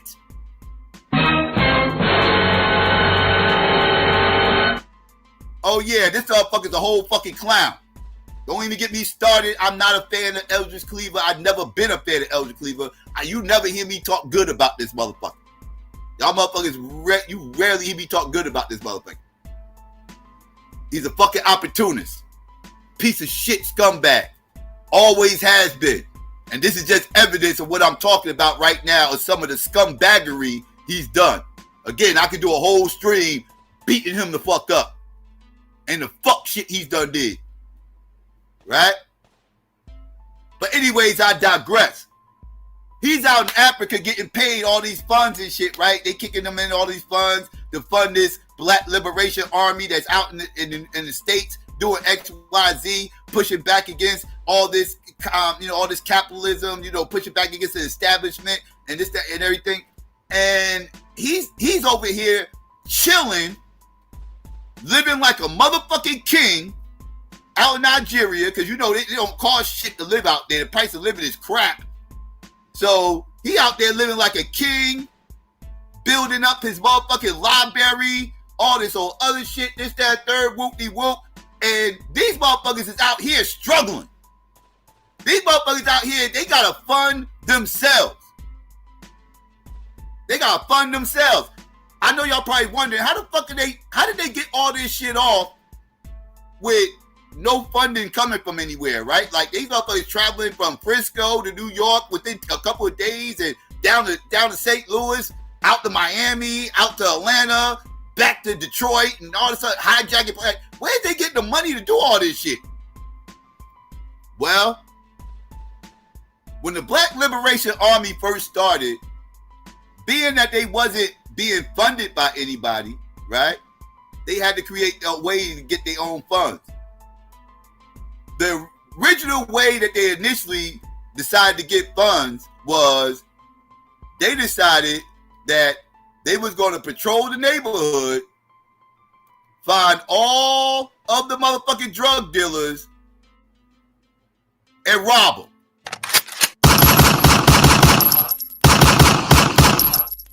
Right? First they went around robbing drug dealers. Initially. This was how they kept food on the table and was funding and getting weapons and everything, that third. They would find it would, because you know how the game is, y'all know how the drug game is. You know, you got competition and competitors out there, right? One of the competitors will be cool with one of these Black Liberation Army motherfuckers. He'll give the word out to one of these motherfuckers that, yo, there's a motherfucker across town making all this money, this, that, and third, anything else. I know where he picks up. I know when he picks up. Go out there and rob him. Right? Win-win, right?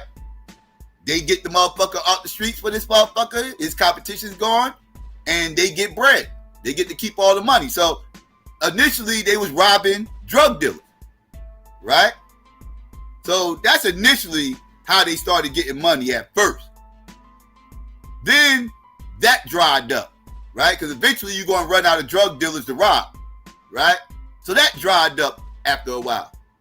And then they next motherfucking hustle after that was they had to step it up, and they went around and started robbing motherfucking banks. They became bank robbers.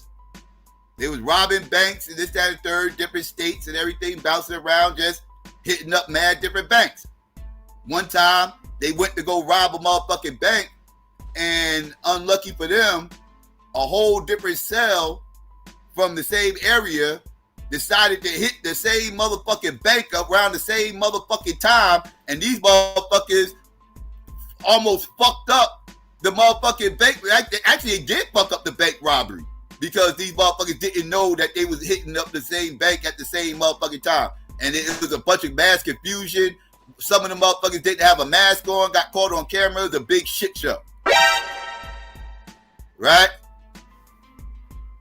So this is how they had to fund themselves, because this scumbag on the screen wasn't doing what he said he was going to do, which was fund the fucking movement. Right? This is what happened. Again, this is history. This is what happened. So now you got all this stuff going on. You know, he's spending up all the money. You know, they robbing banks, drug dealers, did the hijacking and all that, right? And then we had a situation happen in 1974, which y'all should be familiar with this situation. I've heard people tell this story over the last day, and a lot of people confuse this, and again, not giving the proper due to the Black Liberation Army. And a lot of people were saying that these were Panthers. And they kept calling her a Panther and kept saying she was rocking with the Panthers and the Panthers did this and this. No. Black Liberation Army. Right? We got to put some respect on that name. All right? So let's get into this real quick. And let's listen to what happened in everybody's words about what happened in 1974 with Assata Shakur. All right, so let's get into this, man. Hiding out here in Cuba. Now as the two nations, the U.S. and this island nation, attempt to repair old wounds, her case and her fate is back front and center.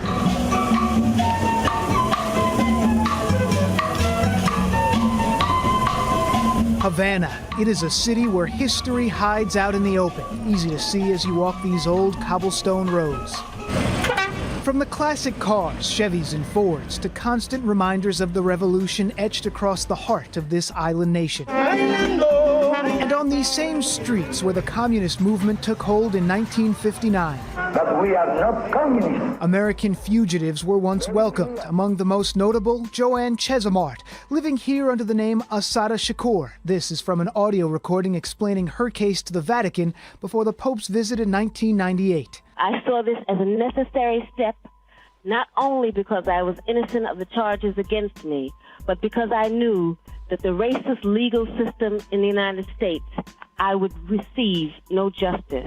But justice in this case, the concept of fairness, is as elusive as the fragile truce finally emerging between Cuba and the United States. I think it's an example that justice has been denied to the trooper's family and, in a larger sense, to the state of New Jersey. It was May 2nd, 1973, just after midnight. Chesimard and two other members of the Black Liberation Army, also known as the BLA, were stopped by New Jersey state troopers in East Brunswick. During that time, there's a discussion with the trooper.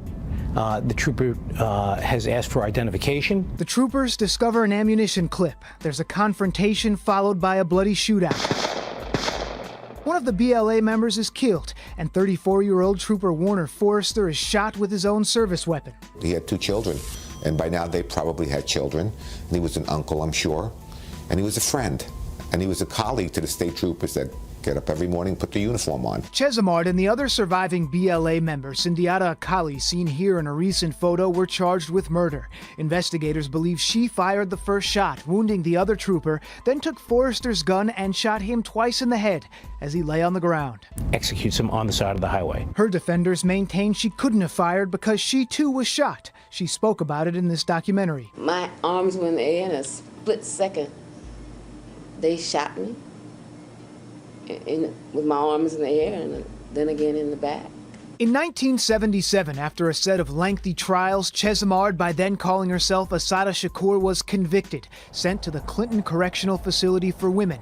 It's now called the Edna Man. She wouldn't be there long. They held one officer hostage, put a gun to his head, and said to the other officer behind the maximum security, "Open the door or I'm going to kill this officer." The escape happened on November 2nd, 1979, 2 years after her conviction. 3 members of the BLA posed as visitors here at the prison. Once inside, they pulled pistols and took 2 guards hostage, eventually escaping with Chesimard in a prison van. She lived underground for several years, and by the mid-'80s, Fidel Castro granted her asylum. Gone into the shadows of the communist island just 90 miles from Florida, but well outside the reach of U.S. law enforcement. It's been 40 years, 4 decades. In general, I mean, what has she been doing for all these years? Well, we actually believe that she is being supported by the government of Cuba, that she is still a political activist down there. We believe she has lectured down there. We are very sure that she is down there and that she is in the public. She's in the public eye. She's out there. Richard Frankel is the special agent in charge of the FBI's Newark office. In 2013, 40 years after that night on the New Jersey Turnpike, Chesimard was the first female added to the FBI's most wanted terrorist list, indicating U.S. officials feel she remains a direct threat. She was a domestic terrorist. She was part of a terrorist organization, and she committed a terrorist act, killing the state trooper. So she's always been, in the opinion of the FBI, a domestic terrorist. The agency, along with the state of New Jersey, offering a $2 million reward for the now 67-year-old fugitive. As crimes go, this was notorious. Congressman Leonard Lance represents Hunterdon County, where the Edna Man is located. He's written a letter to Secretary of State John Kerry urging Chesimard's return be made a priority, and is among a group of lawmakers threatening to withhold federal funding for U.S.-Cuban relations if the Castro regime doesn't extradite. If we are to normalize relations with Cuba, then I think Cuba has a responsibility to send back to the United States these fugitives from justice. We've only been trying for 40 years. It's not a political issue. It's an issue of justice. Senator Joe Pinocchio represents parts of Morris County, where the jury that convicted Chesimard was from after she asked for a change of venue.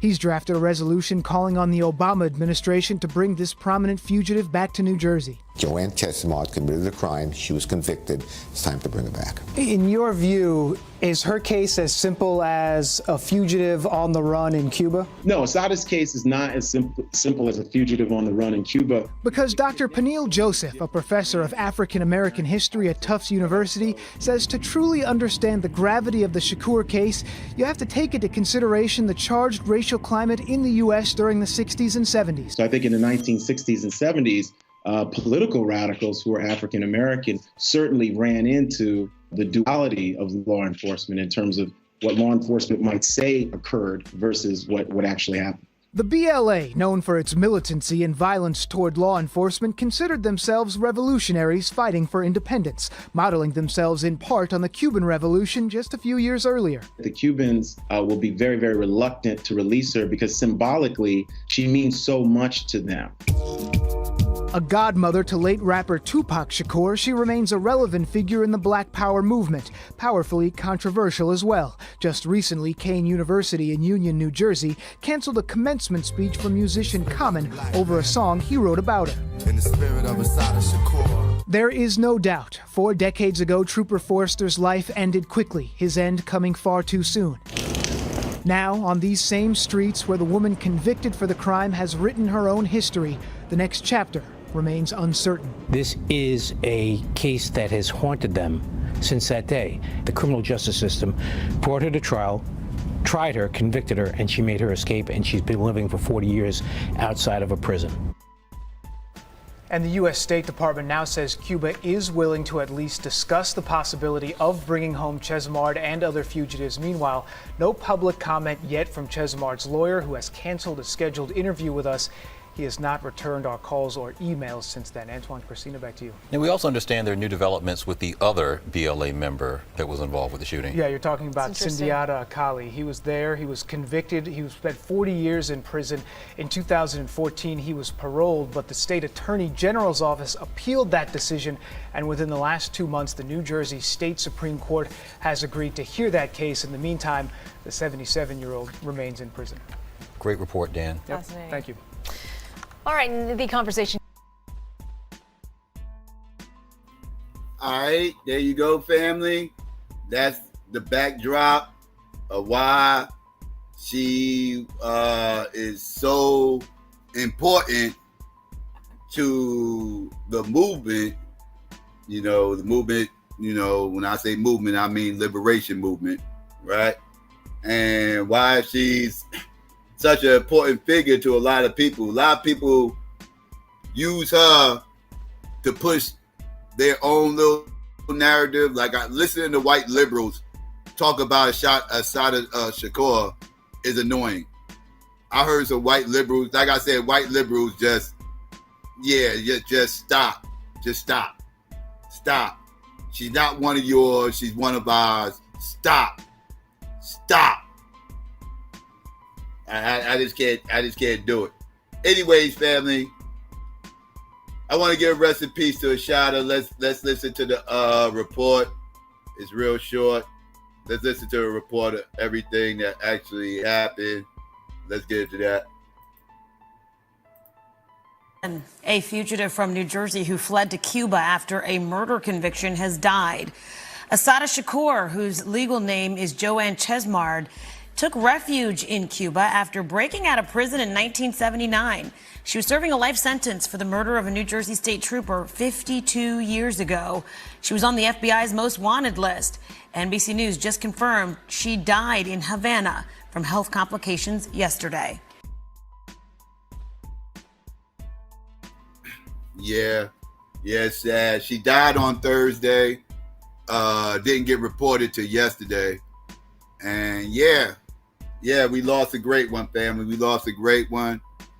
And yeah, I want to give, like I said, shout out to her. Shout out to her movement that should never go forgotten. As a matter of fact, you know, they tried to, you know, like, they make references to these motherfuckers every so often, but they never quite say their name. I can give you a popular reference to the Black Liberation Army that you motherfuckers didn't even realize was a reference to the Black Liberation Army. Y'all probably just brushed it off as some Hotep shit or some Panther shit. and didn't understand what this actually embodied. But let's get into this real quick. How many of y'all remember this? I know y'all remember this. If you mean, am I proud to have told him to do anything you have to for what you believe in, then yes, I am. Marge, when you talk to Will about when we chained ourselves together at sit-ins, you're only giving him the romantic part of the struggle. Girlfriend, you are leaving out everything that went before it. The leaflets, the petitions, the years of trying to work through the system. The system doesn't work. You have to blow the door down. Looks like you forgot that. You talk as if I wasn't there with you in Birmingham, facing dogs and fire hoses. This is me, Olafame. The same Olafame that was with you the night Harlem went up in flames. But now I have a family, and I choose not to fight in the streets. I have an office to fight from.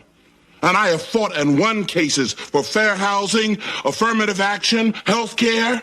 And I am not ashamed to write a big fat check for something I believe in.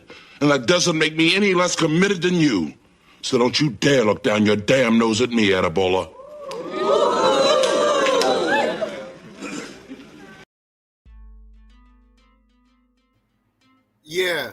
Yeah, that episode right there, that was somebody who was representing, they didn't say the name, but it's clear that she was a representation of the Black Liberation Army, and she was in hiding, and they was talking about how Uncle Phil and them was, they was militant back in the day before they got all that money and moved to Bel Air, right? They had African names and all this other stuff, this, that, and the third, and they was a part of the Black Liberation Army before they got their money. And old girl was still on the high and still on the run, and this, that, and third. If you go back and watch that episode, you'll clearly see the references to the BLA, right? They didn't say their name because they want to bury them in history because they was too dangerous. It was too up. I didn't even tell y'all everything with these motherfuckers. There's a whole lot more I can tell y'all. They got a whole laundry list of bank robberies, shootout with the cops, like you saw, hijackings, bombings. Like, these were the black people that motherfuckers was scared of, right? Like, I'm talking about, like, these were the Negroes that J. Edgar Hoover was worried about. Like these were those Negroes, right? The ones that he says is going to try to, turn over the government and start anarchy and all this other. Yeah, they was those motherfuckers. Like, that's like, they embodied that.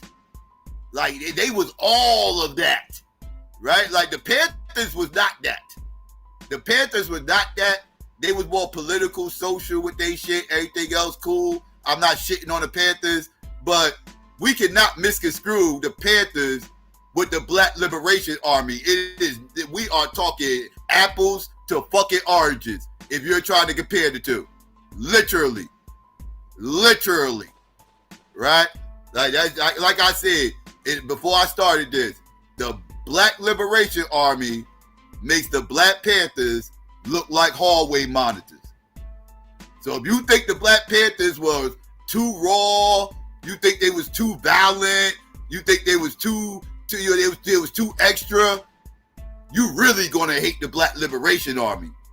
And you really, really shouldn't be praising Assata Shakur, because she embodies everything you preach against. Let me say that too before I drop the link. All you motherfucking humanists out there that's trying to attach yourselves to Assata Shakur, stop. She didn't agree with you, dog. She wasn't with that shit, dog. She wasn't with this kumbaya fuck shit, dog. She was with the smoke. She was with the shit. She robbed banks, shot cops, all this motherfucking shit. Your motherfuckers call me crazy just for saying I don't want to live around white people and mixed people ain't black. Y'all motherfuckers say I be doing too much. But then we'll turn around and praise Assata Shakur. You gotta be shitting me. You got to be shitting me, you motherfucker. Are you shitting me? I can praise her. I can praise her all day long, but you niggas out there that be talking like I'm too extra and I'm this and I'm that and all this everything else, when she was way more turned up than me. Way more turned up than me. Way more revolutionary than me. She did shit I ain't never done. But you motherfuckers go in on me and love her. Make it make sense. You motherfuckers are weird. You motherfuckers are weird. How does that work? Shout out to Assata Shakur, man. Shout out to her, man. Shout out to her. And may she rest in fucking power. May she rest in power. Never got caught. Never got caught. Shout out to her. Straight up. Fuck who don't like it. Yeah, I'm praising her. Fuck who don't like it. Straight up. All right? Now, with that being said, let me get ready to go to this commercial break. Drop the link. And I'll chop it up with y'all about whatever. You already know how we do. Give me a second. I'll be right back. Instead, my dogs made you back up and run. Yeah, this shit is crazy in the bricks. Bricks. We be wildin' in the bricks. Bricks. Shit is crazy in the bricks. Bricks. We be wildin' in the bricks. Yeah, Essex County. Yeah, 07104 on down. On up, Irvington, North. Yeah.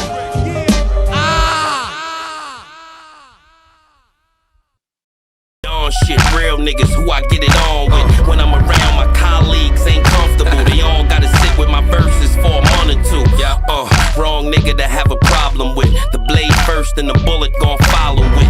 Yeah, if you're lucky, I might hollow it. D.A.B.A.T.E, just respect my conglomerate. Since we are the best and you agree with me, right? No need to debate. The way we bomb shit.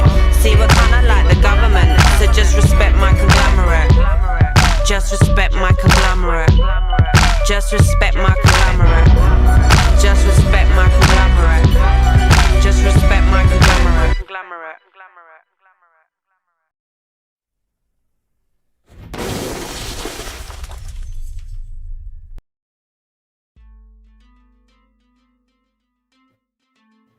All right, family. Come one, come all. First come, first serve. You already know how we do. Let's see, we got Swarty in the building. What's going on, Swarty? How you? Peace, Psycho. All is well. Blessings to everybody in the chat. Peace and Black Power family. Legendary sister. You know, regardless of how disrespectful these devils are going to be towards her, she should be memorialized in the Black community forever. Legendary sister. And all the communities of thought in the Black community, you know, and I don't know a community that are idea or school of thought among Black people that she's not a legend in. So I thought she gave a great example of courage. You know what I'm saying, Psycho? She wasn't afraid of the devils. Mm-hmm. No, she wasn't. I mean, like I said, man, listen, like that the shit she ran from happened right here in my state. I mean, like she took out a state trooper, and yeah, yeah, and you know the story. You know, you heard the story. I ain't gonna get too deep into it, but yeah, shout out to her, man. I was gonna say shout out to her. I'm unapologetic. I'm gonna say shout out to her. I'm glad she never got caught. I'm glad she's still on shit and never turned herself in. She yeah. Fuck these motherfucking pigs. What's going on, Arthur? Peace, Psycho. What's good, bro? What's the word? Yeah, man. Salute to that sister, man. You know, and for us, you know, that story is steeped in New Jersey. You know, like, you know, the exit she was on. You know what I mean? That's the next exit from Trent. You know what I'm saying? It's 7A, 7, then it's 8A. You know what I mean? Which is the East Brunswick. You know what I mean? Exit. So just for the story to be so steeped in New Jersey, the jails that they talk about, the Middlesex County Workhouse, you know what I mean, Yardville, these jails are still, notorious. They're still in, in operation, right? And just to know the history, and I know you dealt with the Turnpike, the stories of the Turnpike, the shootings on the Turnpike, the people from Boston to Florida that talk about the horrors of driving through. My bunkie, my man, he was coming from Florida, get caught on the Turnpike. His crime was still away because the motherfuckers that pulled him over was the motherfuckers who shot the college basketball players. So for the Turnpike to be so notorious and for her to get that victory, because we all hold on to that victory cycle. All of us in New Jersey who have black pride and know the story. Because see, we call her Joanne Chesimard. We don't really call her Assata Shakur. You want to keep it 1,000. You know what I'm saying? We don't really call her that. We call her Joanne Chesimard. You know what I mean? So for her to defeat the New Jersey system and to defeat the prison system and defeat the New Jersey state troopers who still to this day have a notorious Gestapo-like history and Gestapo-like reputation, for her to be the symbol of fighting back and winning against them, because they still butthurt about that cycle. To them, that was a loss. They've never recovered from that. They've never, ever, ever recovered from that. And I think that's why they became even worse when it came to pulling people over and all that. So just a big shout out to her. Big Jersey, just another piece in black history or just American history where Jersey is steeped in it, whether you talk about the Malcolm X assassination or you talk about Joanne Chesimard, just another one of those things in New Jersey that, black people, we speak about it and we have like this, this background history about it. Yeah. I was nervous about her coming back to the States. People say she should be allowed to come back to the States or anything else. I would be nervous if she came back here. I think the cops would try to set her up if she came back. Yeah, I don't think that was a good idea. Whoever said that was just, I don't know, like I've recently, when someone passes, you start hearing those stories behind the scenes, and whoever was that person saying she should come back here, I'm not sure who that was, but I don't know if they thought that through or had any understanding of what she was up against. I mean, to have the guy from Huddington County that you played, and like, man, shut your ass up, man. You ain't nothing but a goddamn freeholder. You ain't got no power to do nothing. Shut your ass up. You know what I'm saying? Like, but for him to be so fervent, like it's like for us, it's a black victory. For them, it's a white loss. And you hear a lot of white politicians. Christy Todd Whitman tried to get her, brought back here. She really was strong on it. When Trump came into office, he started talking about it. You even have, and I don't know if you talk about this, but Jake Tapper, the motherfucker from CNN, one day he wrote this tweet, right, where he was talking about her, like how she killed her. And I'm saying to myself, this motherfucker wasn't even born. Like, he wasn't even born. Like, what are you not even? Wait, I think Jake Tapper is from New Jersey. I think he's from New Jersey. But like, he wasn't even born. So what animus do you truly have towards her when you don't even know the state trooper she killed? You don't even. But his whiteness just couldn't allow for him to not say that, to not think that he was somehow, demonizing a black terrorist. Right, and then and speak on the BLA, like, damn, like, who did they study? Like, they studied somebody. They I'm not gonna say that they was military, man, because I don't know. I don't really know exactly what their tactics was. But to be able to be successful at a hijacking, how many plane hijackings have you seen that was successful? I haven't seen too many that didn't end in death, like horrible death for some of the hostages. They legit made it to Algeria right, with the $1 million. With the $1 million. I don't know why they went to Algeria. I don't know why they didn't go to a more because they had an assembly there because Eldridge Cleaver.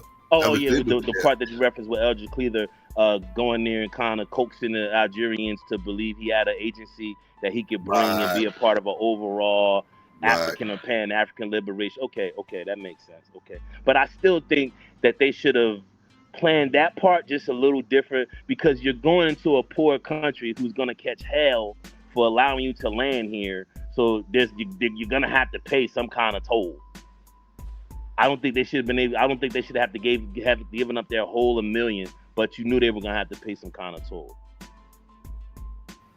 Yeah, they had to give up that $1 million as soon as they landed. That was crazy. Yeah. But I mean, just their success in getting her, like me, well, I don't know, but like, getting her out of prison, right? Getting her out of Yardville, right? You know, which is for most niggas in the street, most niggas who got a jail life or jail history, that's gladiator school, right? So they had a woman in a prison that was notorious for just being a male gladiator school, right? So they just tried to ostracize her and, you know, create that image like this is what they feared, right? This is what this democracy and this empire. Well, I'm not going to speak on the democracy. I'm going to speak on the empire. This is what the empire feared, right? Like black people like that who had no fear in doing the extreme. Like you said, like shit, y'all talk that shit about me just being, you know, saying I don't want to live around or having my standards on blackness. Like shit, she was not in the gray area. She was to the extreme. You know what I mean? They went to the extreme of accumulating finances and putting fear, you know what I mean? Like, just think about that. Like, that you actually broke somebody out of a New Jersey state prison and they died free.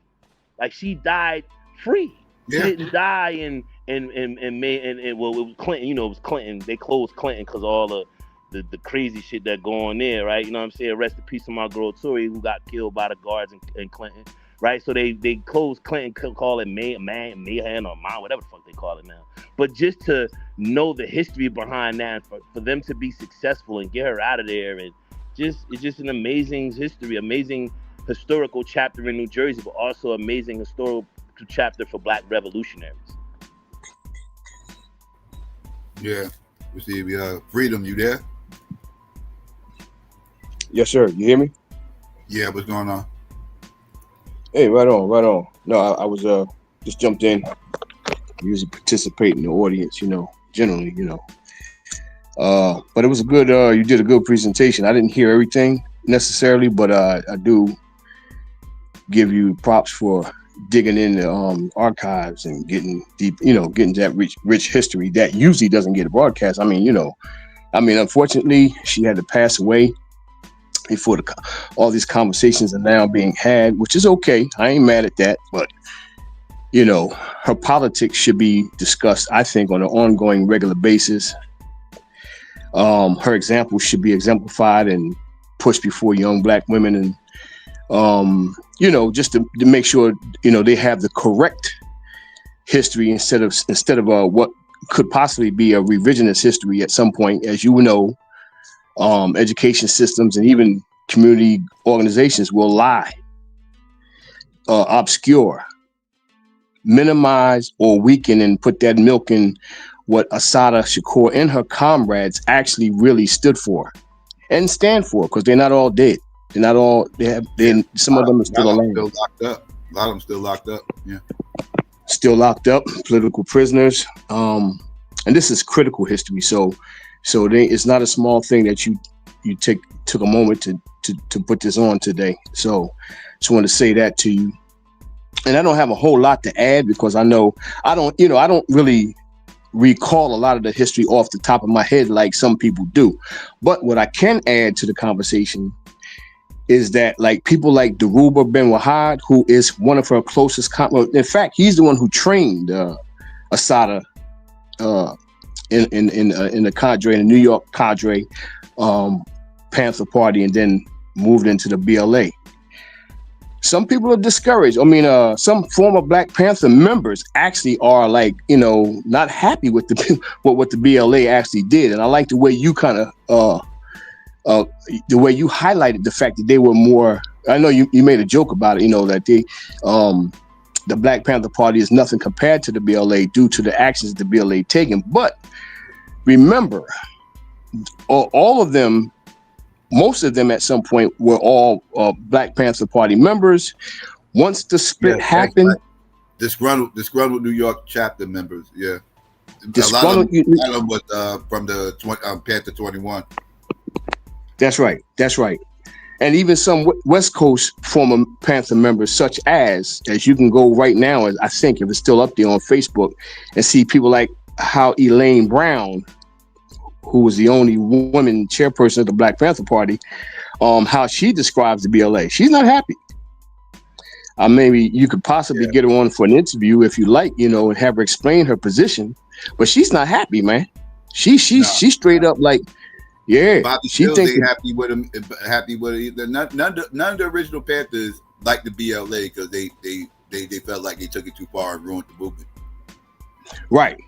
Right, and I got to, and I disagree. I kind of disagree. I wasn't there part of that movement. I'm talking from the outside, but I disagree with Elaine to the degree that, when the split happened, Elaine and Huey, they wanted to go into politics, whereas the split, Bobby ran for mayor of Oakland.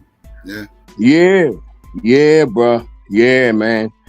And while politics is okay, and she was running for mayor of Oakland, as you say, that still should have been looked at or classified as just a branch of what we should have been doing at that time. Once they found out that their phones were tapped, COINTELPRO was actively, all the resources was coming at them, coming there. They were being bombarded. And I get they were young. I get that piece. They didn't have all the answers, granted. But to just separate yourself because the BLA emerged as the champion, if you will, or their policy. Let me put it like this: the BLA's policy was, I think it was 3 for 1. I think that's what you were applauding too. The fact that they would take out a pig. They said that if the pigs don't feel the blood, if they don't see somebody on their side dying, then this is a one-sided war, and it makes no sense because it'll never stop. So their policy was 3 for 1. Kill one of us, we kill 3 of yours.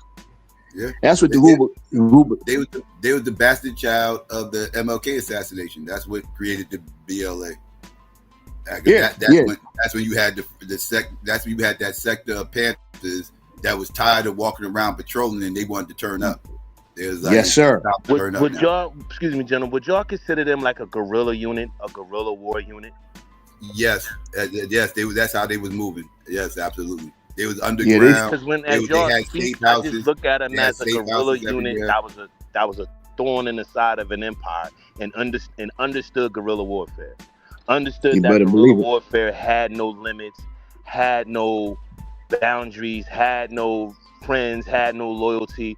It was like 3 for 1, right? Like you hurt me, I'm gonna hurt you more. I'm gonna make you feel it. You better believe it. In fact, they studied Ho Chi Minh.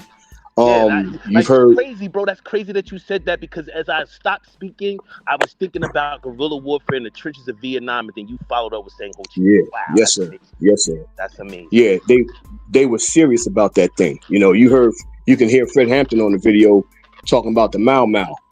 Ho Chi Minh and Mau Mau. These are some examples of what the BLA kind of study. In fact, let me just say this and get out of here, because I like to listen to the show from the audience. You got one of Assata's comrades, not just D.A.B.A.T.E, but Jalil Muntaqim, which you mentioned his name in one of the pieces. He now has what's called the Spirit of Mandela.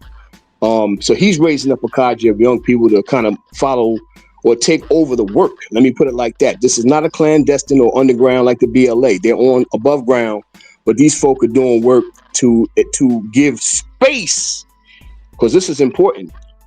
Give space for a modern day BLA, if you would, at some point. That's something that would never be discussed on any YouTube or anything else, but to give space for that to take place. But you can't give space without first studying and having political education under the leadership of her former comrades, such as Jalil Muntaqim, Jihad, Abdul Mumit, Daruba Ben Wahad, and others. And they're still here with us. They're still alive. I would hope that at some point you guys will reach out and just have, put these voices on your program, bro, and bring even another aspect to your program itself. But anyway, I appreciate you letting me get on. I'll listen from the audience, Psycho, and just know that I'm listening, and I do appreciate much of the content and many of the brothers that get on here. All right, that's what's up. I appreciate you coming up. Right on. Peace, bro. Peace, y'all. Peace, bro. Peace. Yeah, but yeah, Assata will be missed, man. She just knowing that she was out there, gave everybody a boost. Yeah, she was that victory, that she was that quiet, that quiet back pocket thing, like how we seen OJ getting off, right? But hers was more substantial. Hers was more consequential. That meant something. Yeah, OJ getting off, that's kind of like symbolic. His was symbolic. Hers was consequential. Hers, we can feel it in our bones, especially those of us who fear that Jersey Turnpike, right? Those of us who live in New Jersey and understand dealt with those state troopers. right, or just understands the Gestapo SS mentality of the New Jersey State Troopers. You know what I'm saying? Just been living under that thumb and that like we like, you know, when cities in New Jersey struggle, what do, Psycho? Oh, we're gonna bring in the state police. Oh, bring in the state police. And then as soon as people see that car ride, that white car with that blue streak, that signia down the middle of that door, you know, motherfuckers is less apprehensive to go out there and do what they do. Before 9/11, you ain't see state troopers unless they was on the highway. Right. Before 9/11, like the state troopers stayed their asses on the highway. That's the only place you saw. After 9/11, that gave they went Donald Trump on us and shit. That gave them an excuse to put the state troopers in the hood and shit. And they ramped up and turned up, and those state troopers came in causing confusion. Shut shit down, bro. Shut shit down. Yeah. That's why the crime dropped in New Jersey. That's why shit ain't crazy no more. Because once they started flooding the hood with the state troopers, niggas wasn't fucking with that shit. Like, you can get over on a little county prosecutor, get caught with some grams and shit. If you ain't got no bad track record and you got a little mouthpiece, nigga, you go do 2-3 years in Bordentown or 2-3 years. You know what I'm saying? But if you get that state charge from the state troopers, it's a whole different ball game. And most of those state troopers wasn't raised around here. The motherfuckers raised like they'll get some state trooper from Teaneck or some shit like that or whatever, patrolling our neighborhood and shit. Motherfucker from Woodburn, nigga working in Trenton. You know what I'm saying? Or nigga from Flemington, he in Newark. You know what I mean? What would a white boy in Flemington from Flemington know anything about Newark? You know what I'm saying? You a mountain hick. You a mountain farmer. You know what I'm saying? Mm-hmm. Yeah. So yeah, uniqueness of living in New Jersey. There's also a way to get white cops into the neighborhood. Into the neighborhood. Yeah. Because the white cops kind of got phased out here. Like, you don't even really see a lot of white cops out here unless they detectives. Or something like that. They mostly are Latino and black now. Most cops are fucking Dominican and Puerto Rican. Motherfuckers and black. In cherry tops. Yeah, the motherfuckers in the cherry tops. Yeah, they'll use it, like you said, black and Latino. That's what they are. Yeah, you don't really see too many white cops. And if they old, they've been on the force for 20, 30 years. You know, like not in the inner cities. Like, you see them in the townships that surround us, but not where the police force was majority white, or it was always these white detectives or white jump out boys that you knew their name, you knew what they looked like, you knew how long they've been on the force. They kind of phased them out now that you think about it. Yeah. Yep. Pastor, what up? What up? But I don't think that they should have put people from the community policing. May not work because people going to start retaliating against, you know, their family and stuff because they live in a community. Yeah, we ain't really talking about community policing, but I got you. I mean, you got. That's what I'm saying. That's just I'm not talking about community policing either, but. It won't actually. I think they had to bring in people from the outside because it was like no. I think you're misunderstanding what I'm saying. We're not saying that they didn't bring them in because they couldn't get. They brought them in as an intimidation factor and to kind of put white cops back in. They used 9/11. They used 9/11 as an excuse to get the state troopers into the hood. Just like because they were trying. It's like Donald Trump's trying to find excuses to send the National Guard into the hood. It was the same the same thing, but neither here nor there. You know, things calm down though. You know, things. You know, people get a little bit. It's crazy. You know, they come around. People get real scared. Go in the house.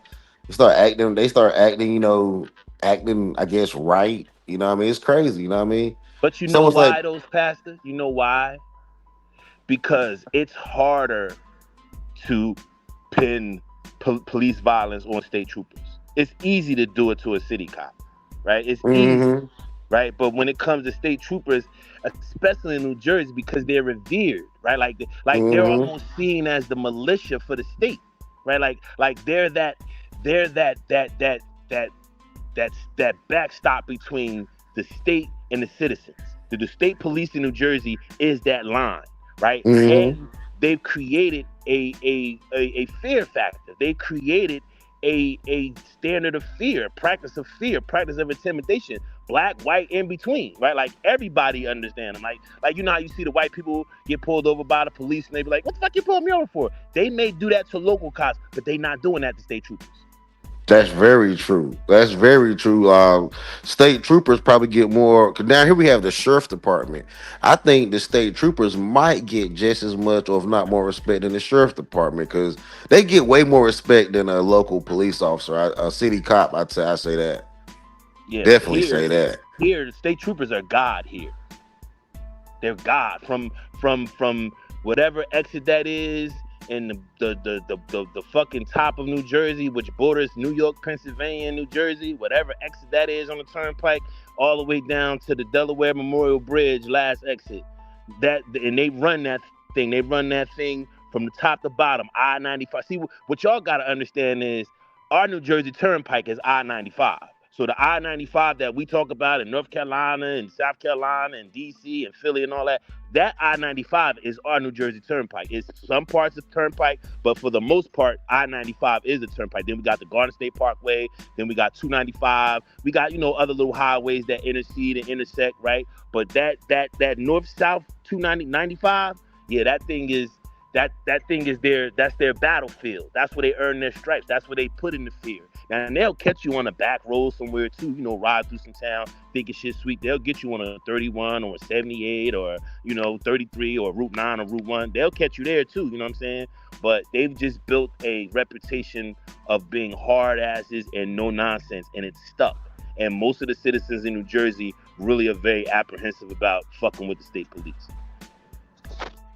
Peace, brothers. Salute, man. Lou, R.I.P. what to it the do, sister. bro? R.I.P. to the sister, man. One of the best biographies I ever read. But real quick though, man, and to you, Art, and you, Psycho, man. Bro. One of these weeks, Psycho, man. You gotta stop. We gotta get back on these Christian nationals, man. I don't mean to take it too far away from the subject, but yo, man. As much as Psycho too, as you every once in a while you would drop on them, and I remember you did do like a video a couple years ago on these Christian nationalists, man. Wow, man. Like, as much as we talk about Donald Trump and his whole shtick or whatever, like how relative like they are to his whole, you know what I mean, everything around this guy and what's going on right now, like on the right. It's just crazy, man. Yeah. These fools, as you know, man. I seen the rise of this a long time ago. Like, yeah, they've been like that's the new wave of white nationalism that's popular right now. It's the more mainstream version of white nationalism. The more mainstream. Mm-hmm. It's like they didn't rose to power, so but they've been mobilizing for decades, but because pretty much they had something to do with all these Christian, but when you add the white with it, bro, Christian national and white, all three together, because there are other Christian nationals, but when you put that with it, bro, it's like a whole damn. I mean, they like the flat earthers, man. Like they don't believe in no facts. Everything that's a fact, you know how flat earth. No, that's the white man science. No, that's like anything science, bro, and so powerful. So I just want to bring that up, though. Y'all got it, though. Yeah, the evangelicals ain't. So it's the Christian nationalists. That's a umbrella term. It's like you got the. It is an umbrella term. Yes. You got the evangelicals in there, the Jesuits, the Catholic. Well, the Jesuits and Catholics stay together. The evangelicals, the Christians, the AMEs, the Presbyterian, Methodist, all of that's under there. But it's a lot of groups under there. They all not Christian nationalists per se. They do agree with a lot of Christian nationalist views. They agree with a lot of Christian nationalist views. I would say there's a lot of Christian nationalists in those denominations. Well, yeah, I wouldn't say all those, but I wouldn't say they all believe in a theocracy. I wouldn't say that they all do. But they definitely agree with a lot of their ideals, though, because they're Christians, obviously. But Christian nationalism, they believe in theocracy. They believe the hammer of God. Like they believe in that. Yo, I low-key believe in it too, yo. I just don't believe in the rap. I just didn't believe the rapture was going to happen. like the 23rd What up, and nigga? 24th. You waiting for the rapture, man. What up, Can I just say this? Can I just say this? Like the thing with Christian nationalism in America or globally, right? Like in Psycho, maybe he can attest to this. Psycho don't always give me my props and shit. Maybe because this is a different topic, so he might ride with me on this one. But for me, they're just rapping white national. I mean, global like Christian nationalism. It's just white nationalism, and they're just putting a Christian spin on it, so it won't be seen as a racist entity. Like in all actuality, Nah, that's it's the just smartest thing I ever heard you say.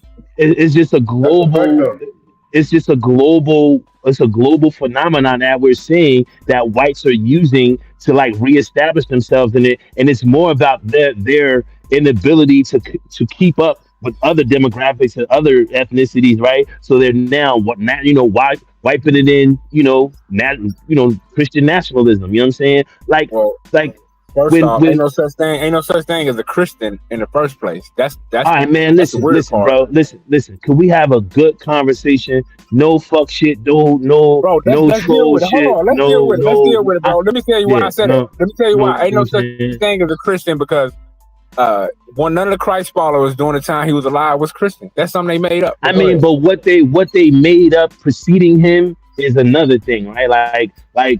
Like Islam talks about Muhammad, right? But did Muhammad belong to the original idea of Islam? No, right? Like he sat down and asked. Hold on, let me finish, please. He sat down and asked his friends from different denominations, "Hey, what's your religion about? Hey, what's your religion about? Hey, what's this Judaism about? Hey, what's this Christianity about?" And then he took a chance on Islam, right? So because people created a following based on the words of Jesus Christ, because that's the root word of Christian, doesn't mean that it doesn't have that's not the root word of Christian, bro. That's where you wrong at. Cause see, the thing about it, the word Christian was applied to Christ. Hold on, bro. I ain't saying but two words. You've been talking on here for hours.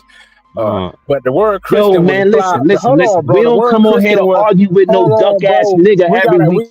Yeah, man. Have some decorum. Bro, nobody cut you off. I wasn't talking for hours. Like, come on, man. You gotta stop, man. You gotta stop, man. Like you just a cornball, man. You just talking, bro. The chat I don't talking points. Let him finish up. Like I said, bro, they was first called Christians at Antioch. So ain't no such thing as Christian, bro. They was making mockery when they call them Christians in Antioch. I'm just giving it for historical purposes. So ain't no such thing. Why I say ain't no such thing as Christians, but they was called Christians at Antioch because the people in Antioch. Oh man, why do y'all allow for people like this to come on the panel, man? Why in the black community we can't get rid of people like this? Like why do we always have to be like why do we always have to be like why do we like look how he changing it? We're talking about the great Assata Shakur. You come on here talking about Christian nationalism and he talking about policy and hating on me. Like it's just we gotta get rid of the black haters. We gotta get rid of the motherfuckers that make no sense and just want to be counterist because they don't want to hear intelligent people talk. Because they don't want to hear intelligent. Because listen, Madonna, listen, man.